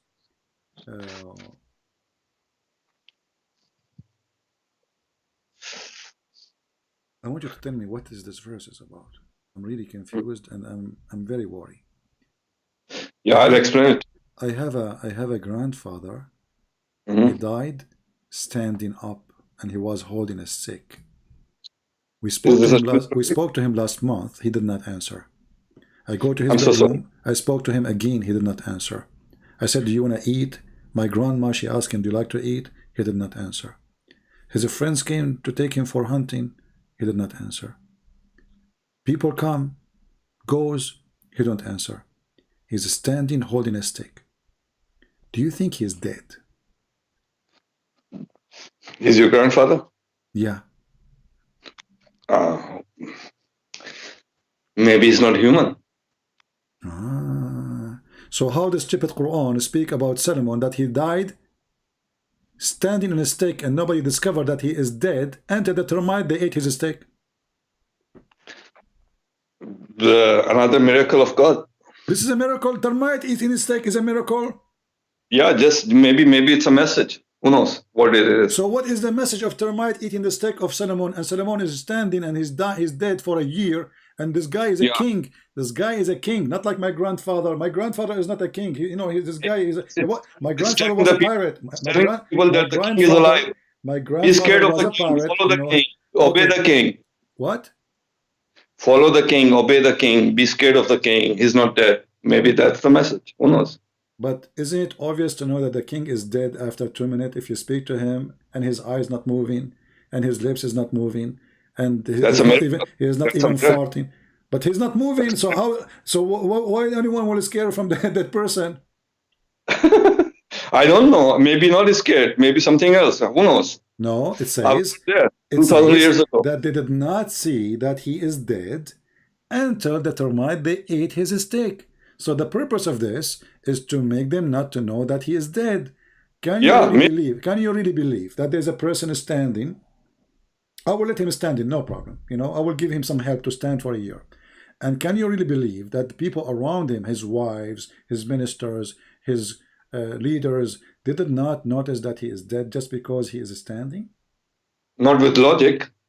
Again, it's about not logic. It's about belief. So those people are stupid. They don't notice anything. Yeah, you're talking about logic again. I'm not. What logic? Has any logic? Hold on. Why the termite are eating his steak? Because obviously the guy is dead. They're not even afraid of him. The ants will not come to me if I am nearly alive. So I am standing. Even the termite, they notice that this guy is dead, is gone. Let us eat his steak. So the termite, they notice he is dead, and the people around him and his wife, they did not notice? Maybe not. Maybe not. You're going with logic again. Again, you're going with logic. Religion has nothing to do with logic. Just like Christianity, just like... Okay, I see. Yeah, if you start following logic, then you become an atheist. Listen, do you have a stick at home, Shazi? Yeah, maybe I do. You do. Do you promise me when you die to hold standing when you are? No, but I'm not Solomon. Why not? I don't know. Ask God. Maybe when you go to heaven, you will ask Him. Well, Allah can make miracles to you too. Do you have termite at home?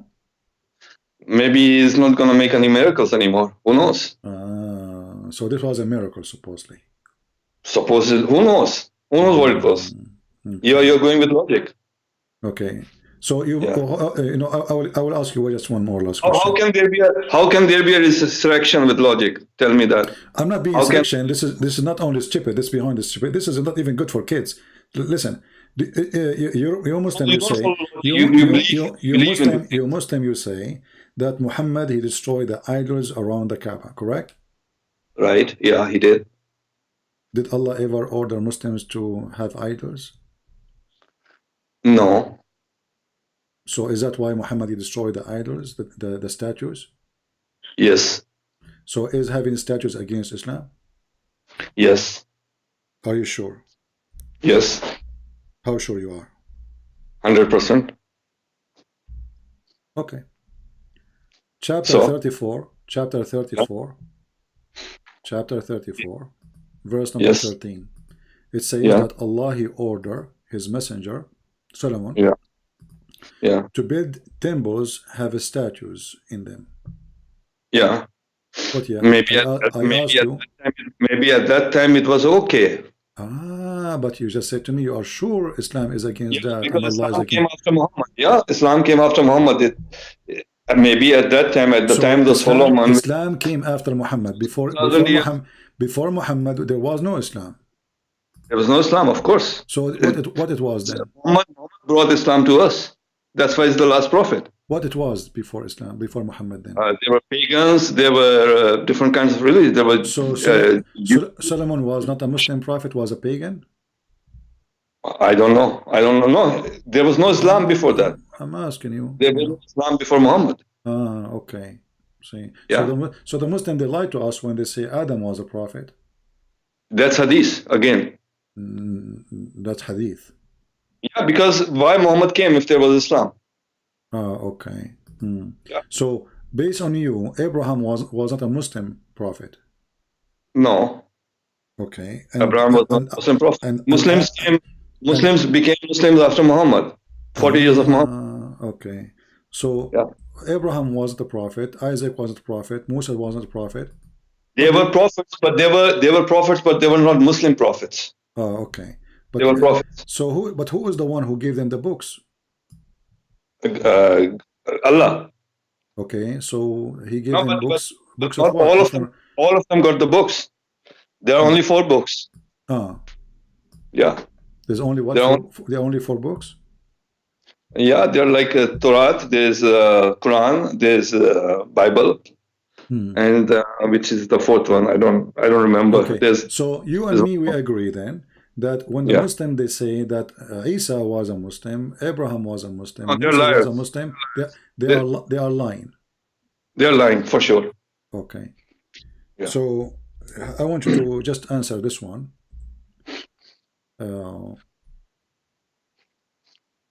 Let us see this. See, these are the Muslims who have given Islam such a bad name by lying, by making up YouTube videos, by coming up with stories. Hold on. By saying that there is science in Quran Islam is the most stupid religion. I want you to read this verse for me.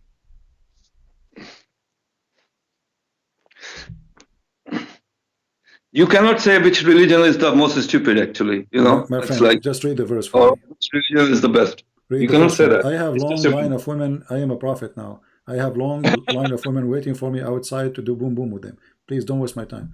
Read the verse for me. Isa perceived unbelief on their part. This is the verse 52. Yeah, 52. Yeah, this verse saying, just to make it short, it says that Isa, he said to the believers, the followers, the disciples of Isa, he told them, we are all Muslims.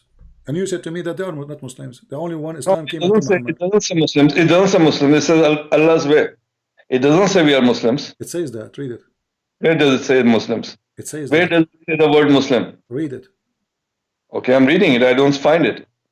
It's in front of me. How come you don't see it? Then when Isa came to know of their disbelief, he said, who will be my helpers in Allah's cause? The disciples said, we are the helpers of Allah, and we believe in Allah and bear witness that we are Muslims. Okay, so there was, I'm wrong. I'm not as educated as you are. I'm sorry. Please forgive me. We were Muslims before Muhammad, according to this. Okay, thank you, my friend. I have to hang up on you now. It was fun talking to you. And I want you, next time you pray to the moon god Allah, as you said, you know, to tell him, Christian Prince, say hello. And tell him that I look at the moon and I look at the prophet. I look at the moon and I look at the prophet. And I look at the moon and I look at the prophet. And I look at the moon and I look at the prophet. And I decide that the moon look way better than the prophet. All right? So I will hang up on you. I want you to listen to this video so you can laugh. And you are the one who said, and you are the one who said that the prophet. By the way, do he look so good? I will say one thing before you hang up. Yeah. That you criticize Islam a lot, but there are a lot of things in Bible and other books as well that you ignore. You are a very educated person, and it was an honor talking to you. Thank you very much, sir. You're welcome, but I don't ignore anything, my friend. No Muslim can debate me, and no Muslim can prove us wrong. Thank you. If you debate about Christianity, you can. Nobody is stopping you from asking about Christianity, and you will see that you are no. You know you will lose that debate. You will lose that debate for sure. Okay, give me a question. I will give you a chance, even though we are going. Give me a question. No, give me a question to make me lose. No, we will not go. No. You know, I decided to forget about those women lying in front of my house to do boom boom. Give me the question in Christianity. No, I insist.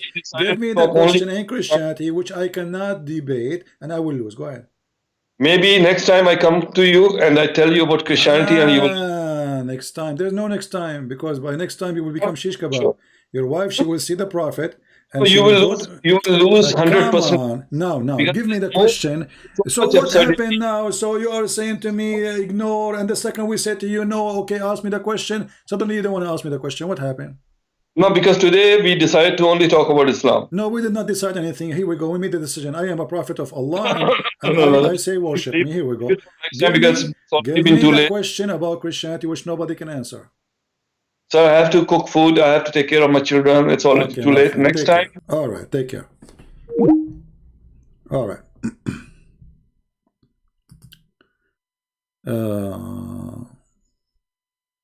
A Muslim, he's saying to me, is your butt ready?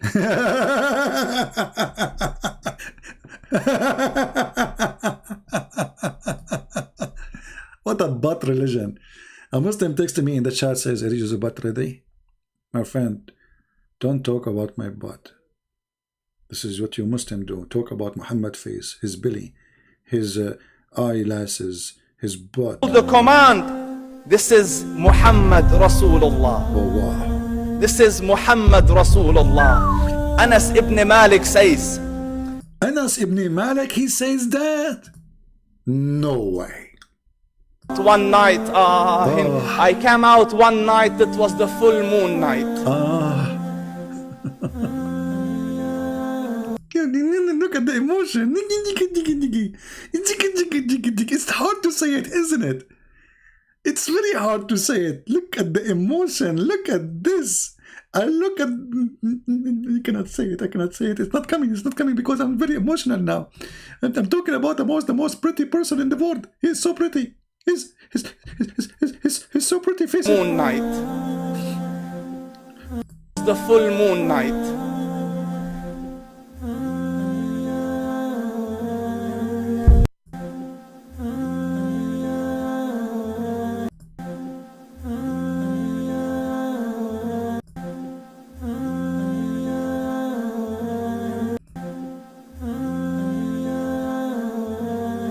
Guys, I'm planning to do this until tomorrow. This is fun, especially with the background music, you know, like, what the heck is that? You cannot handle it, you know. He's so good looking.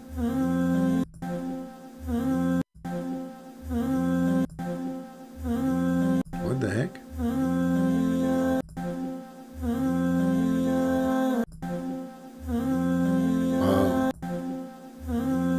I love it. do it one more time and go to heaven. That's it. Oh boy.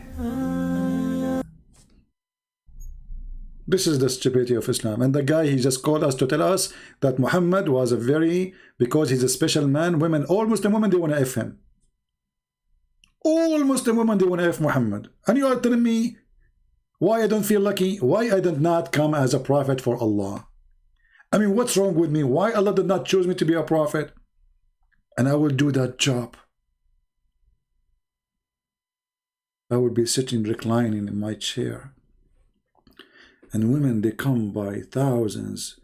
The praised one, the praised one, the praised one, CP, the praised one. We want to do boom boom with you. And the CP says, okay, hold on. Only pretty women, okay? Think carefully. Only pretty women. If you are not pretty, get Betty. Pretty are welcome. Not pretty, Zori. What a stupid cult. I want to say thank you guys for being here. I hope you have a good time. At least this guy, he have the guts to call me. And it's not his fault that Islam is stupid. He's a nice guy at the end of the day, you know. I have nothing against him as a person. You know, he's a gentleman. He's a nice. He's not rude. He's not etc. But as you see, this is what Islam is about. Who can fix this cult? Nobody. Right? Okay. Jordan Peterson. Who is this Jordan Peterson? And you know, the Muslims, they seek fame, so they interview supposedly famous ones. And what, here we go. Already they interview the guy who is Antichrist, and he got them busted. He told them that the Messiah, he thought he is the Messiah, which means Muhammad is a liar, because the Quran says that he is the Messiah. So Muslims always, they do stupid interview, and the more they do interview, the more they get their prophet busted. They are obsessed with famous people. Obsessed. They are not even making interview with Muslims. They are seeking atheists, seeking people who don't believe in God, for they are desperate for power, for fame, for money. But nobody want to tell us the truth about his prophet. Atheist is the helpers of Muslims today. What a shame. Garbage in, garbage out. Thank you for being here. May the Lord bless you. And don't forget to salute the moon god as our friend agreed to call him. Take care. Christ is Lord. Islam is a scam. And we prove it every day. Don't forget to subscribe to my account, Arabian Prophet. I have the link in the info.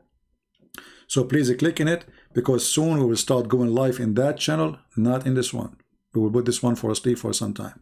Just take a note. So if you don't see us coming here anymore, that because you are going live in the Arabian Prophet channel. And the link is in the info. You can click in the info. You will find the Arabian Prophet channel, so you can subscribe. All right? God bless you, and see you soon again. Take care.